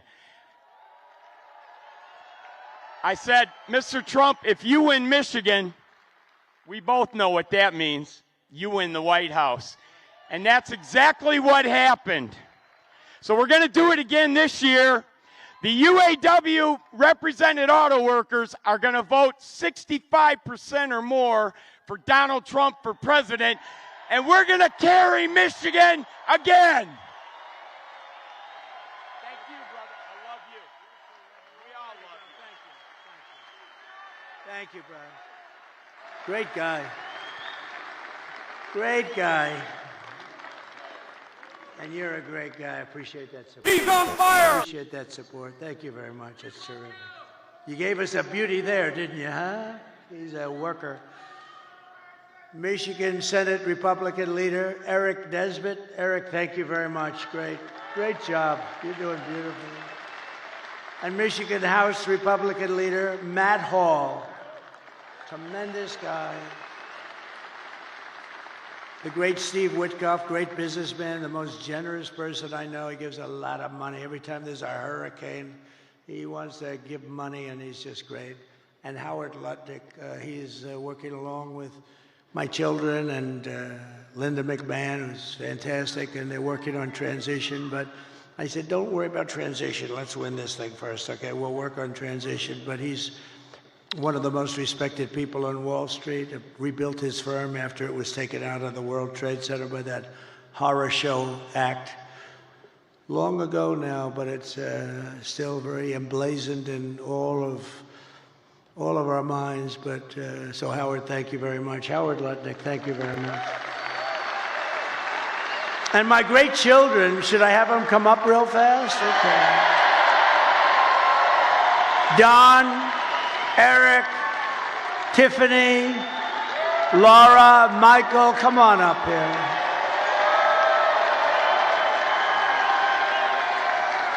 And we have Ivanka at home, sitting home, watching every second of it.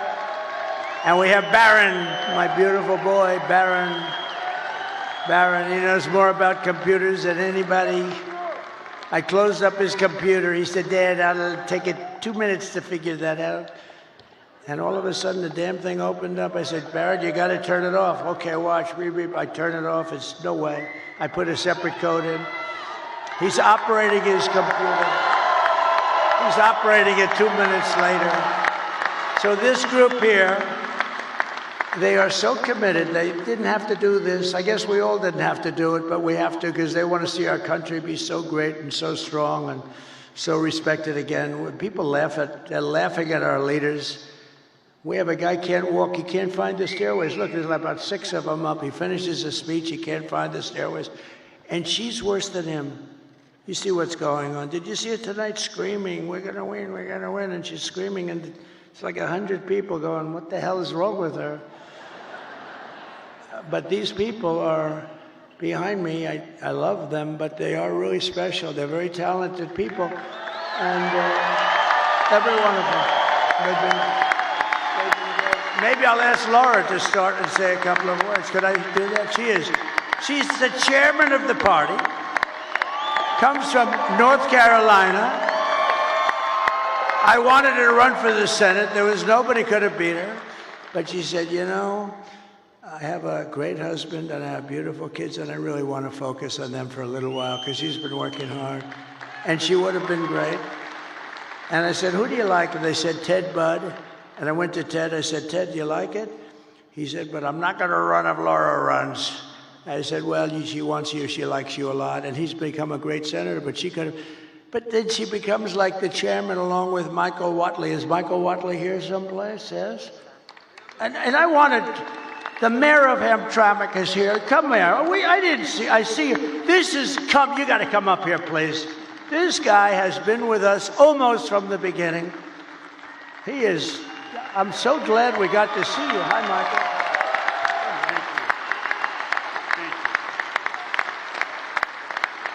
Come here. He has been an unbelievable unifier. This is one of the greatest men in your state, and I want to just thank you. Come here, say a couple of words. Thank you so much. Well, good morning. It's another day. I spoke earlier before you came, and I told the crowd that tomorrow, or today actually, is going to be a historic day, and we shall celebrate a historic victory today.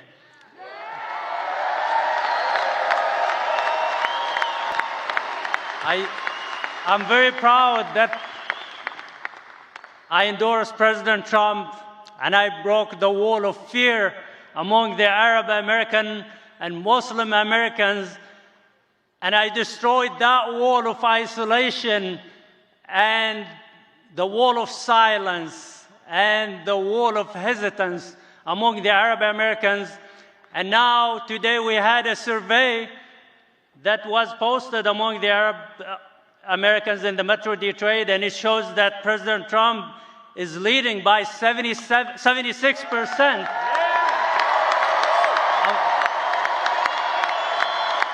And Harris earlier had 3%, and the rest was for others. So we are in a mission to end that disconnect between the minorities and the Republican Party and to make it the party of inclusion. And we are in a mission, which is the priority for us today, to send President Trump back to the White House. So like I said earlier, he has done everything possible to gain your support. He told me last Friday that it was 62 days of hard work with no break and no rest, and today it's 65 days with no rest. So he has used everything possible to gain your support. Hard work, seriousness, comedy, sarcasm, everything. So how is he a threat to our democracy, as the fake news keep saying, and the other party? So I ask you and I urge you to go out and vote tomorrow. And I think we have a big chance. I'm very optimistic that we will make history and we will win and make America great again. Thank you so much.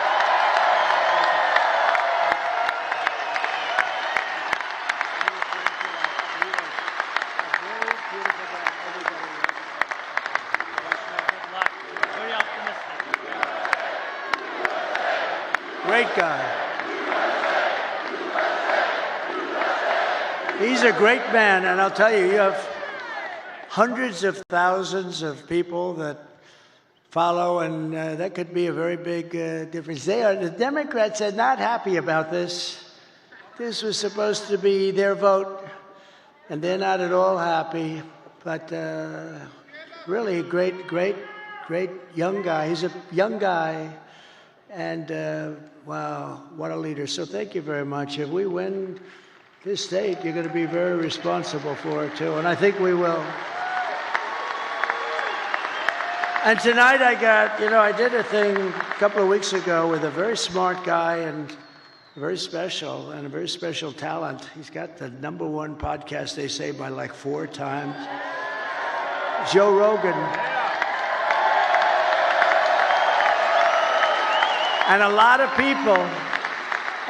people thought they loved that. It was 3 hours. Oh, it was so terrible because I did it. And I said, Joe, I got a rally of this size waiting for me in a very far away place. I'm going to be very late, like 2.5 hours late. But we kept talking. It went 3 hours and 15 minutes or something. Then when I got up there, it was cold, a little bitter, and everybody waited. Nobody left. And I explained to him, look, Joe is the #1 guy. He kept me late, but I'm doing it because we have to win. And not one person was unhappy. We had a great time, and I said, we're going to devote a lot more time. It was pretty late at night. It was worse than this, okay? I can tell you. But Joe Rogan just announced, and he doesn't do this at all. I don't think he's ever done it, but he just announced that he's giving me his complete and total endorsement. Could you make that? Wow. So, Laura, would you say a few words, please?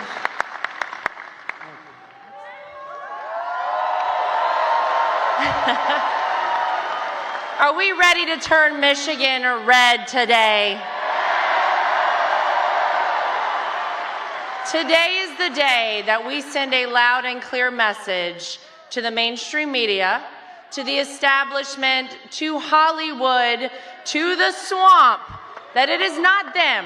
It is we, the people, who get to choose our president. And we're choosing Donald J. Trump. I just want to say thank you. This is a very special night for our family. This has been almost a decade of doing this, and it has been my honor to be a part of this family, to be out speaking on behalf of a man who I love, not just because he's my father-in-law, but because he is going to save this country and going to save the world. Thank you, guys. God bless you. Get everybody out to vote. Thank you, Michigan.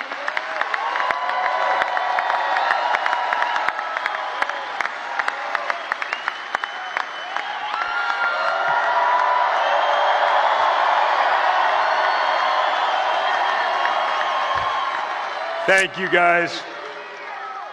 Today, when you wake up with not very much sleep, you gotta get to the polls. You gotta bring your friends and your families and your loved ones, and we have to make it too big to rig.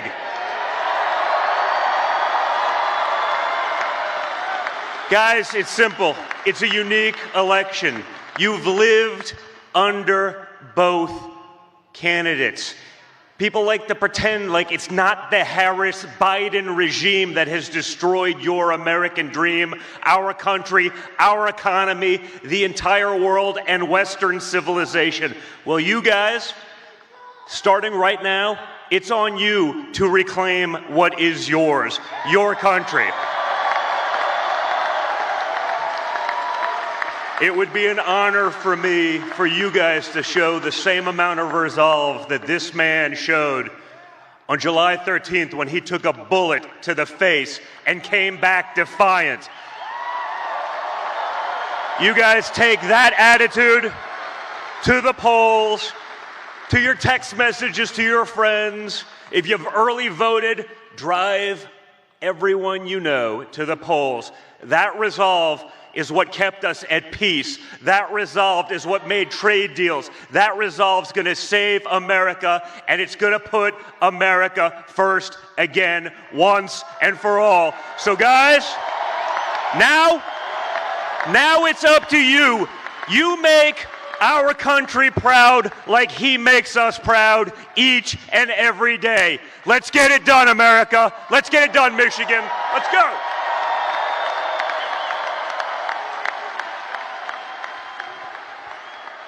Well, good morning, Michigan. Who else could have this many people at 2 a.m.? Only Donald Trump. Guys, I've watched the hell that they put him through for the last 10 years. I mean, the fake impeachments, the dossiers, the Russia hoax, going after his Supreme Court justices, censoring him, taking away his First Amendment right, trying to take him off the ballots in various states all across the country, raiding his home. And yet he comes out every single day and he fights and he fights and he fights. And when other candidates have packed it in for the night, you know who's standing on the stage at 2 a.m.? It's Donald Trump.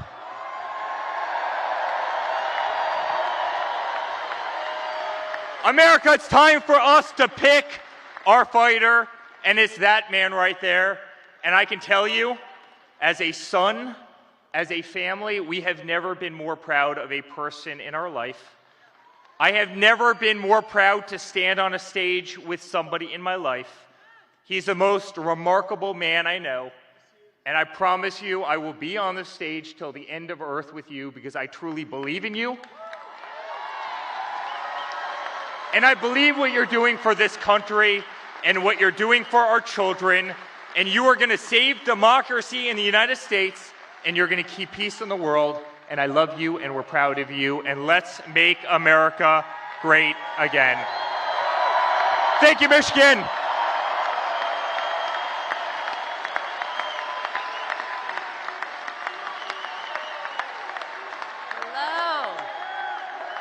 My father has never stopped, and he will never stop working for you guys. So let's get out there. Let's vote for prosperity. Let's vote for the future that we want to have for our children and for our future generations. Thank you.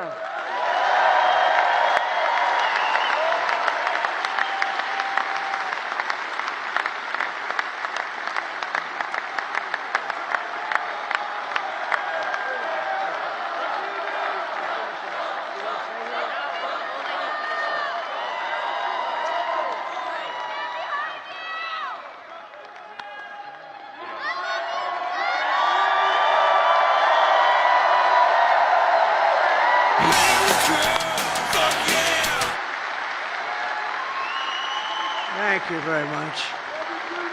They're my kids, but I'll tell you, they're very good people.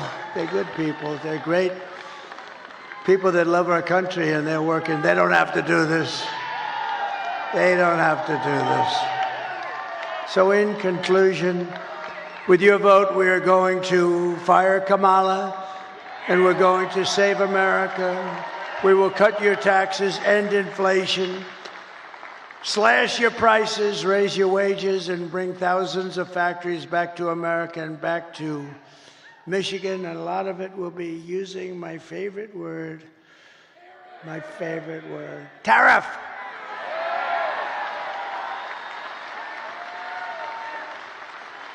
One of the things I'm going to do, I'll give you this as a little insight. I just announced it in Pittsburgh. I didn't think it's become a very big story already. So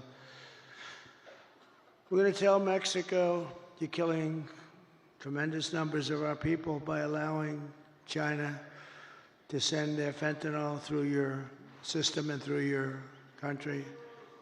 And we're going to give them a little period of time. But we don't want drugs coming across our border or any border.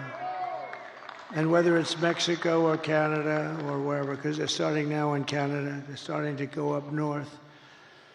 But whether it's Mexico or Canada, we're going to explain to them quickly that if you allow fentanyl and these drugs to come through your country, we're going to charge you large-scale tariffs on everything you send into the United States.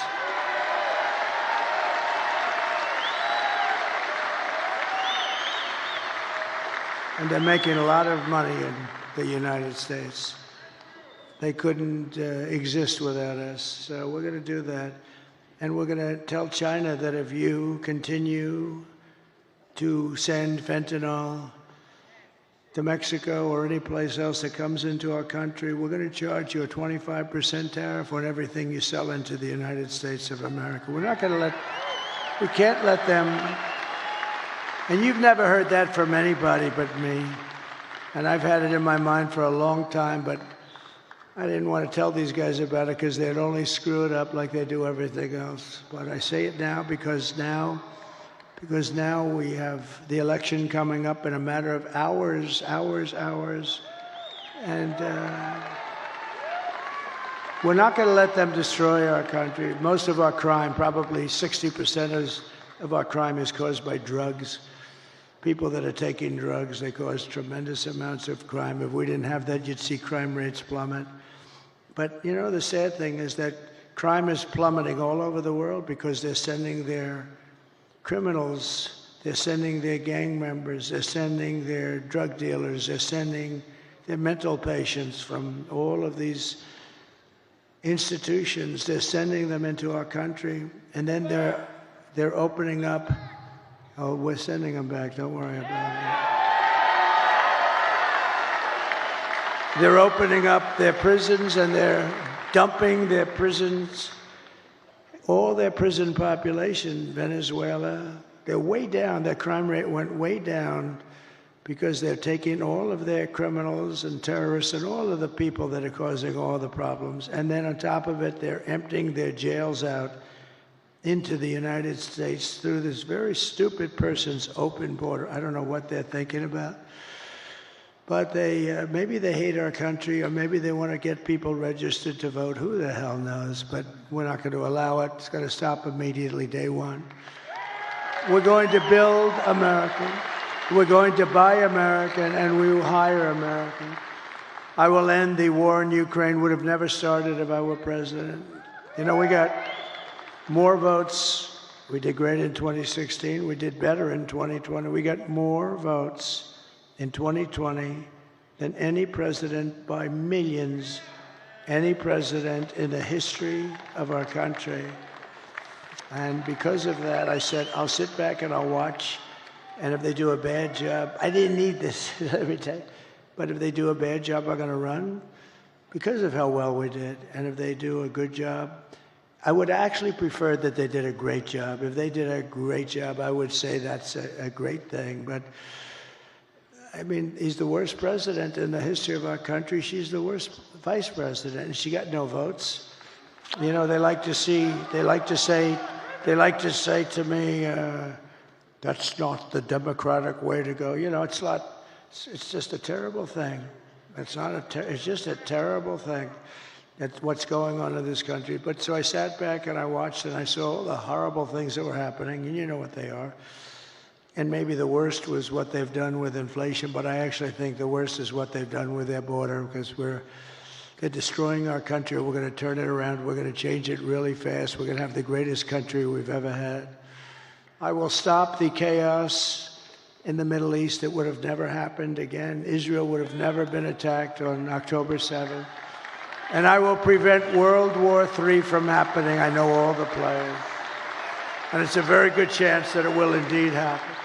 We will crush violent crime and give our police the support, protection, resources, and respect that they so dearly deserve.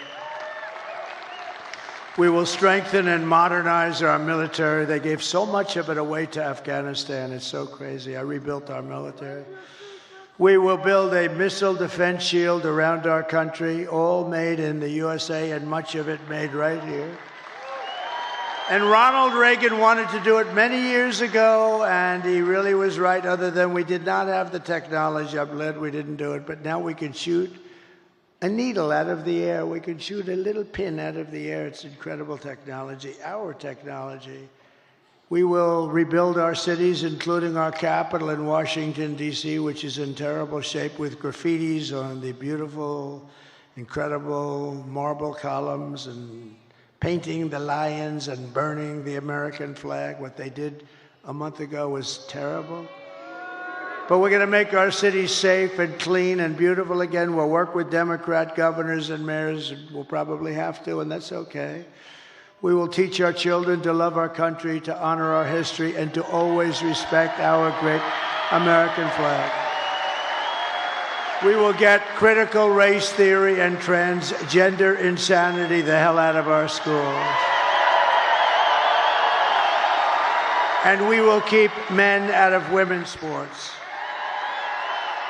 I will defend religious liberty, I will restore free speech, and I will defend the right to keep and bear arms, our Second Amendment.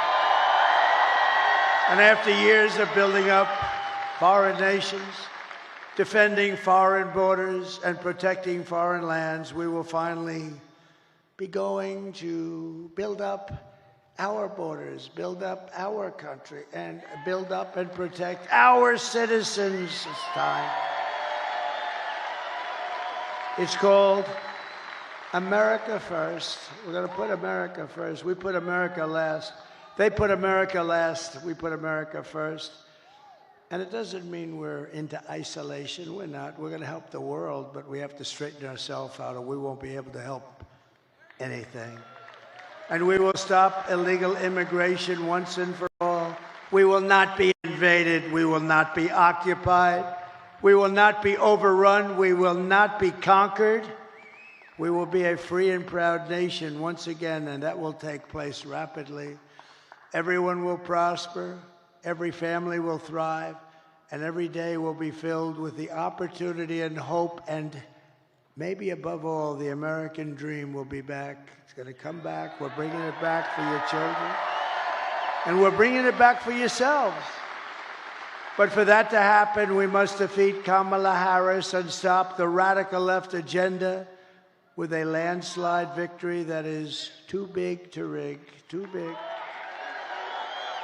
The silent majority is back, and tomorrow you need to get out and vote. We have a silent majority, but we're just sort of speaking up. This has shown that the level of enthusiasm is 5 times greater than their level. They have no level of enthusiasm. They don't believe in her. They know she shouldn't even be running. They are, as they say, a threat to democracy. What they've done is a threat to democracy. They stole the presidency away from a very angry man. I watched him last night. He's a very angry man. I'm convinced that he likes me more than he likes Kamala. I'm convinced. For the past 9 years, we have been fighting against the most sinister and corrupt forces on earth. With your vote in this election, you can show them once and for all that this nation does not belong to them. This nation belongs to you. It was the hard-working patriots like you who built this country, and tomorrow it is the hard-working patriots, meaning today, like you, who are going to save our country.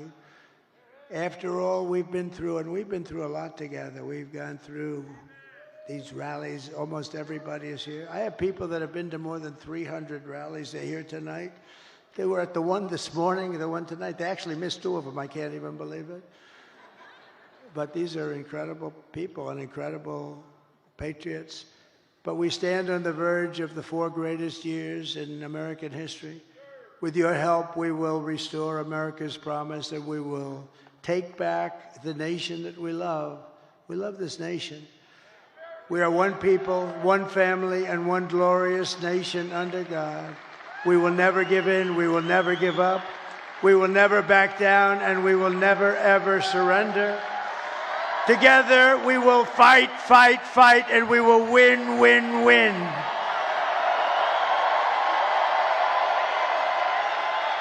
November 5th, today, will be the most important day in the history of our country. And together we will make America powerful again. We will make America wealthy again. We will make America healthy again. Bobby Kennedy Jr. We will make America strong again. We will make America proud again. We will make America safe again. And we will make America great again. I love you. I love you all. God bless you. God bless you, Michigan. God bless the United States of America. Thank you, everybody. Thank you. Great honor. Thank you. America, fuck yeah!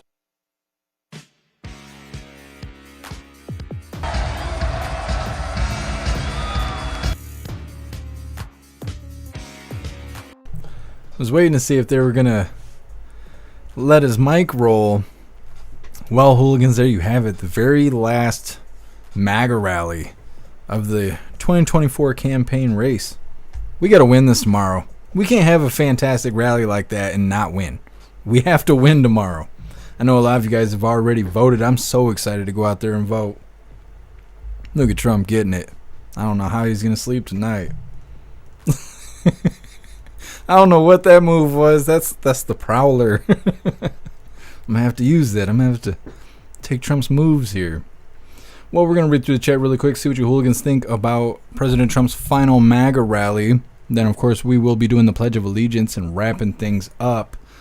I'm going to go vote tomorrow. I don't have my car back. I do know more about it. It's a really sad story, and we're going to talk about it tomorrow during Coffee with Hooligans, hopefully at 1 p.m. Eastern Time. We're going to try and get voting wrapped up and all of that. I don't think I'll have to stand in line. I don't think. I'll keep you guys updated. Actually, with that being said, I'm going to drop this link to all of you hooligans. That way you can go join Discord or jeffmaclive.com. You can stay up to date with what's going on, when we're going to be live, things like that. Everyone keeps asking me if we're going to do election coverage tomorrow, but like I've been saying all day, I will cover whatever we need to be covering tomorrow, but they've been saying for weeks now that we may not even know who the winner is until Thursday or Friday, which is too damn long. I've been hearing a lot of people saying, if we don't know in 24 hours, that's because the Dems are cheating, and I'm inclined to believe that.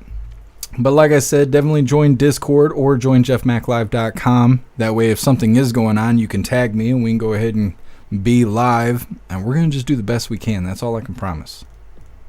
True Crazy is damn good show. I agree. Trump's killing it. Look at him out here. Look at the guys in the background. You guys can simp all you want to. It's not giving you a job. Thank you, Josh D. Appreciate you being here. I'm working on it, True Crazy. We got to get that win, though.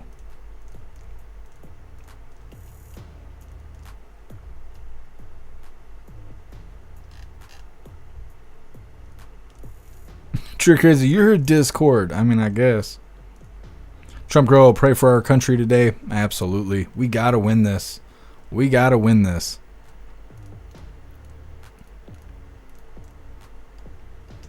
It's all fun and games right now, but if they rig this system, we'll be going through another 4 years of border crossers and Dems preying on children.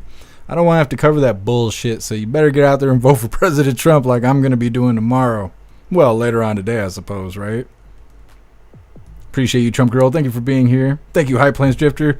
Thank you, Hooligans, so much for all the support, all the donations. You guys are amazing. Thank you so much.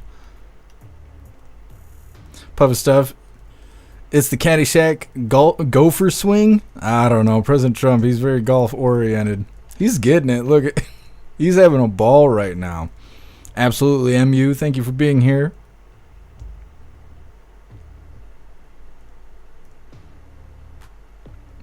Getting it. Zupi, I hate to be the crying guy, but that's me right now. See, I'm going to wait till the cameras are off and stuff. Give me another hoop tea, and then I'll do some crying. Nostalgic. Historic. It is. It is. This is the second election we've gone through. All together. I love that so much. This one better go a lot better than last time, though. I swear. I swear. Oh, love you too, Shannon. Thank you for being here. Zeus Boot, get out and vote today, hooligans. So happy to vote for President Trump tomorrow. Sad I can't do it. Sad I can only do it once. Well, Zeus Boot, you know, they send you that stuff in the mail. You might be able to do it more than once. I don't recommend it, though.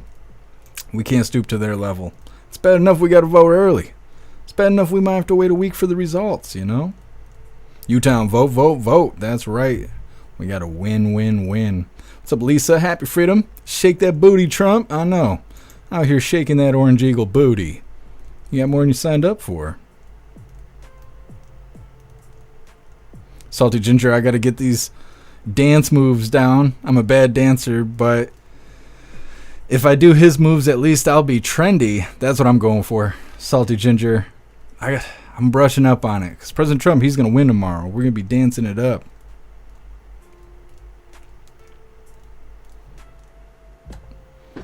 Look at him pouring out of there. All right, hooligans. It is that time once again. 2 o'clock a.m. No, I mean, time for the Pledge of Allegiance. All right, hooligans. Let's do the thing. Klaus Daniels, wake up. Wake up. You got to do the Pledge of Allegiance. All right.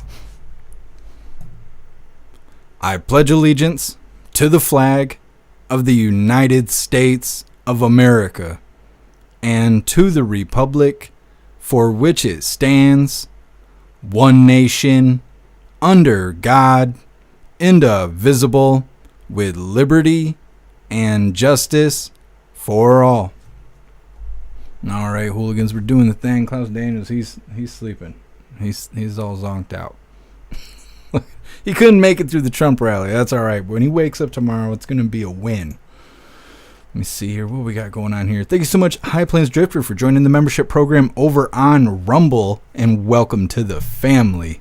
You're officially a hooligan. And thank you so much, Ghostly, for joining the membership program over on Rumble. And welcome to the family. You're officially a hooligan. And I appreciate you guys. You guys are the best. Reading through really quick and we're wrapping her up. I've already given you guys a Linktree link, so definitely go down the Linktree where all of my links are listed. So if you would like to make donations, join membership programs, or purchase any merch, I'd really appreciate it. All of your guys' contributions keep us running every day except for Sunday, because we got to have a day to recharge those batteries. Like I said, go join Discord. Discord is our free hooligan community. It's the best way to be notified every single time we go live. The hooligans are there keeping the conversation going 24/7. And we have 2 news boards to keep you up to date with everything going on around the world. Definitely go get yourself a membership for jeffmaclive.com. We're all free over there. Everything's encrypted. It is the place to be if you're a hooligan. It's the best way to experience the live. You'll have access to Hooligans Alley, to the forums, to the arcade, to the advanced messaging system with all the built-in group chats. It gives you the ability to text each other, call each other, video call each other, group texting, group calling, group video calling, and more. Definitely go get yourself a membership for jeffmaclive.com. Hair Juicer. Gonna be a wild, tired day tomorrow. It's true, Hair Juicer. I don't know. I think I'm gonna be excited. You gotta work, though. You're gonna be all hot, near fire and danger and stuff. Don't work too hard tomorrow, Hair Juicer. I know a lot of people are taking tomorrow off and the next day because they're worried about stuff. I'm just excited. I'm excited about stuff. I don't want to be worried about stuff. This is us to do our thing. Appreciate you, Cassie J. Thank you for being here. Thank you, Trick Crazy. We love you too. Thank you, RK. Appreciate you. Trick Crazy, you got tomorrow off? Yes. You Hill, the best trash. We're the best of the trash. We're the best of the garbage. You too, buddy. You being a garbage cat right now. Yeah, you know that? We got to get our ass up and go vote for President Trump. Thank you, Plastic Quack. Appreciate you being here.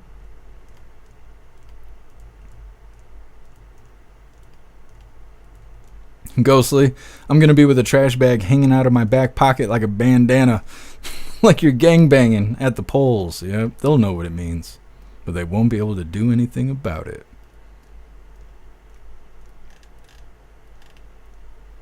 Q-Train, have no fear. Absolutely. Have faith. We don't need fear.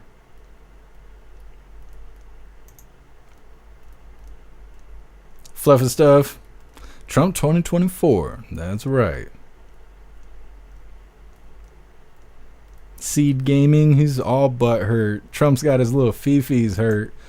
He tried to pull his man pawn out like a ripcord. That's rough. I'll help you out of here, buddy. You take your bleeding anus with you. You'll be alright. Anyways. Salty Ginger, that's a great idea. Trash bags as our gang sign. No. We don't need to do all that. Just gotta vote for President Trump. That's all we gotta do for sure. Thank you, Roller Skater, Texas Girl. Appreciate you being here. Alright, I think we are good to go.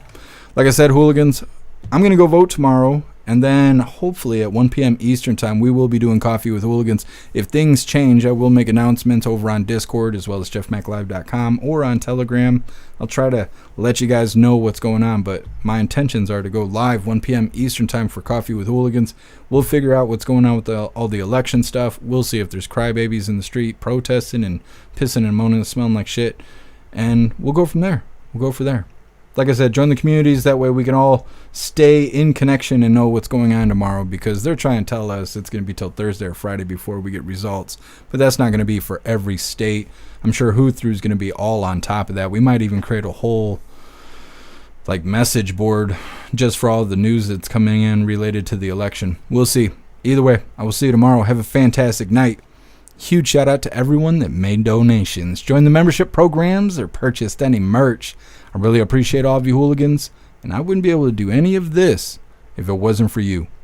So thank you so much for all your support, and I'll see you on the next live. Until then, stand tall, shine bright, and that's a wrap.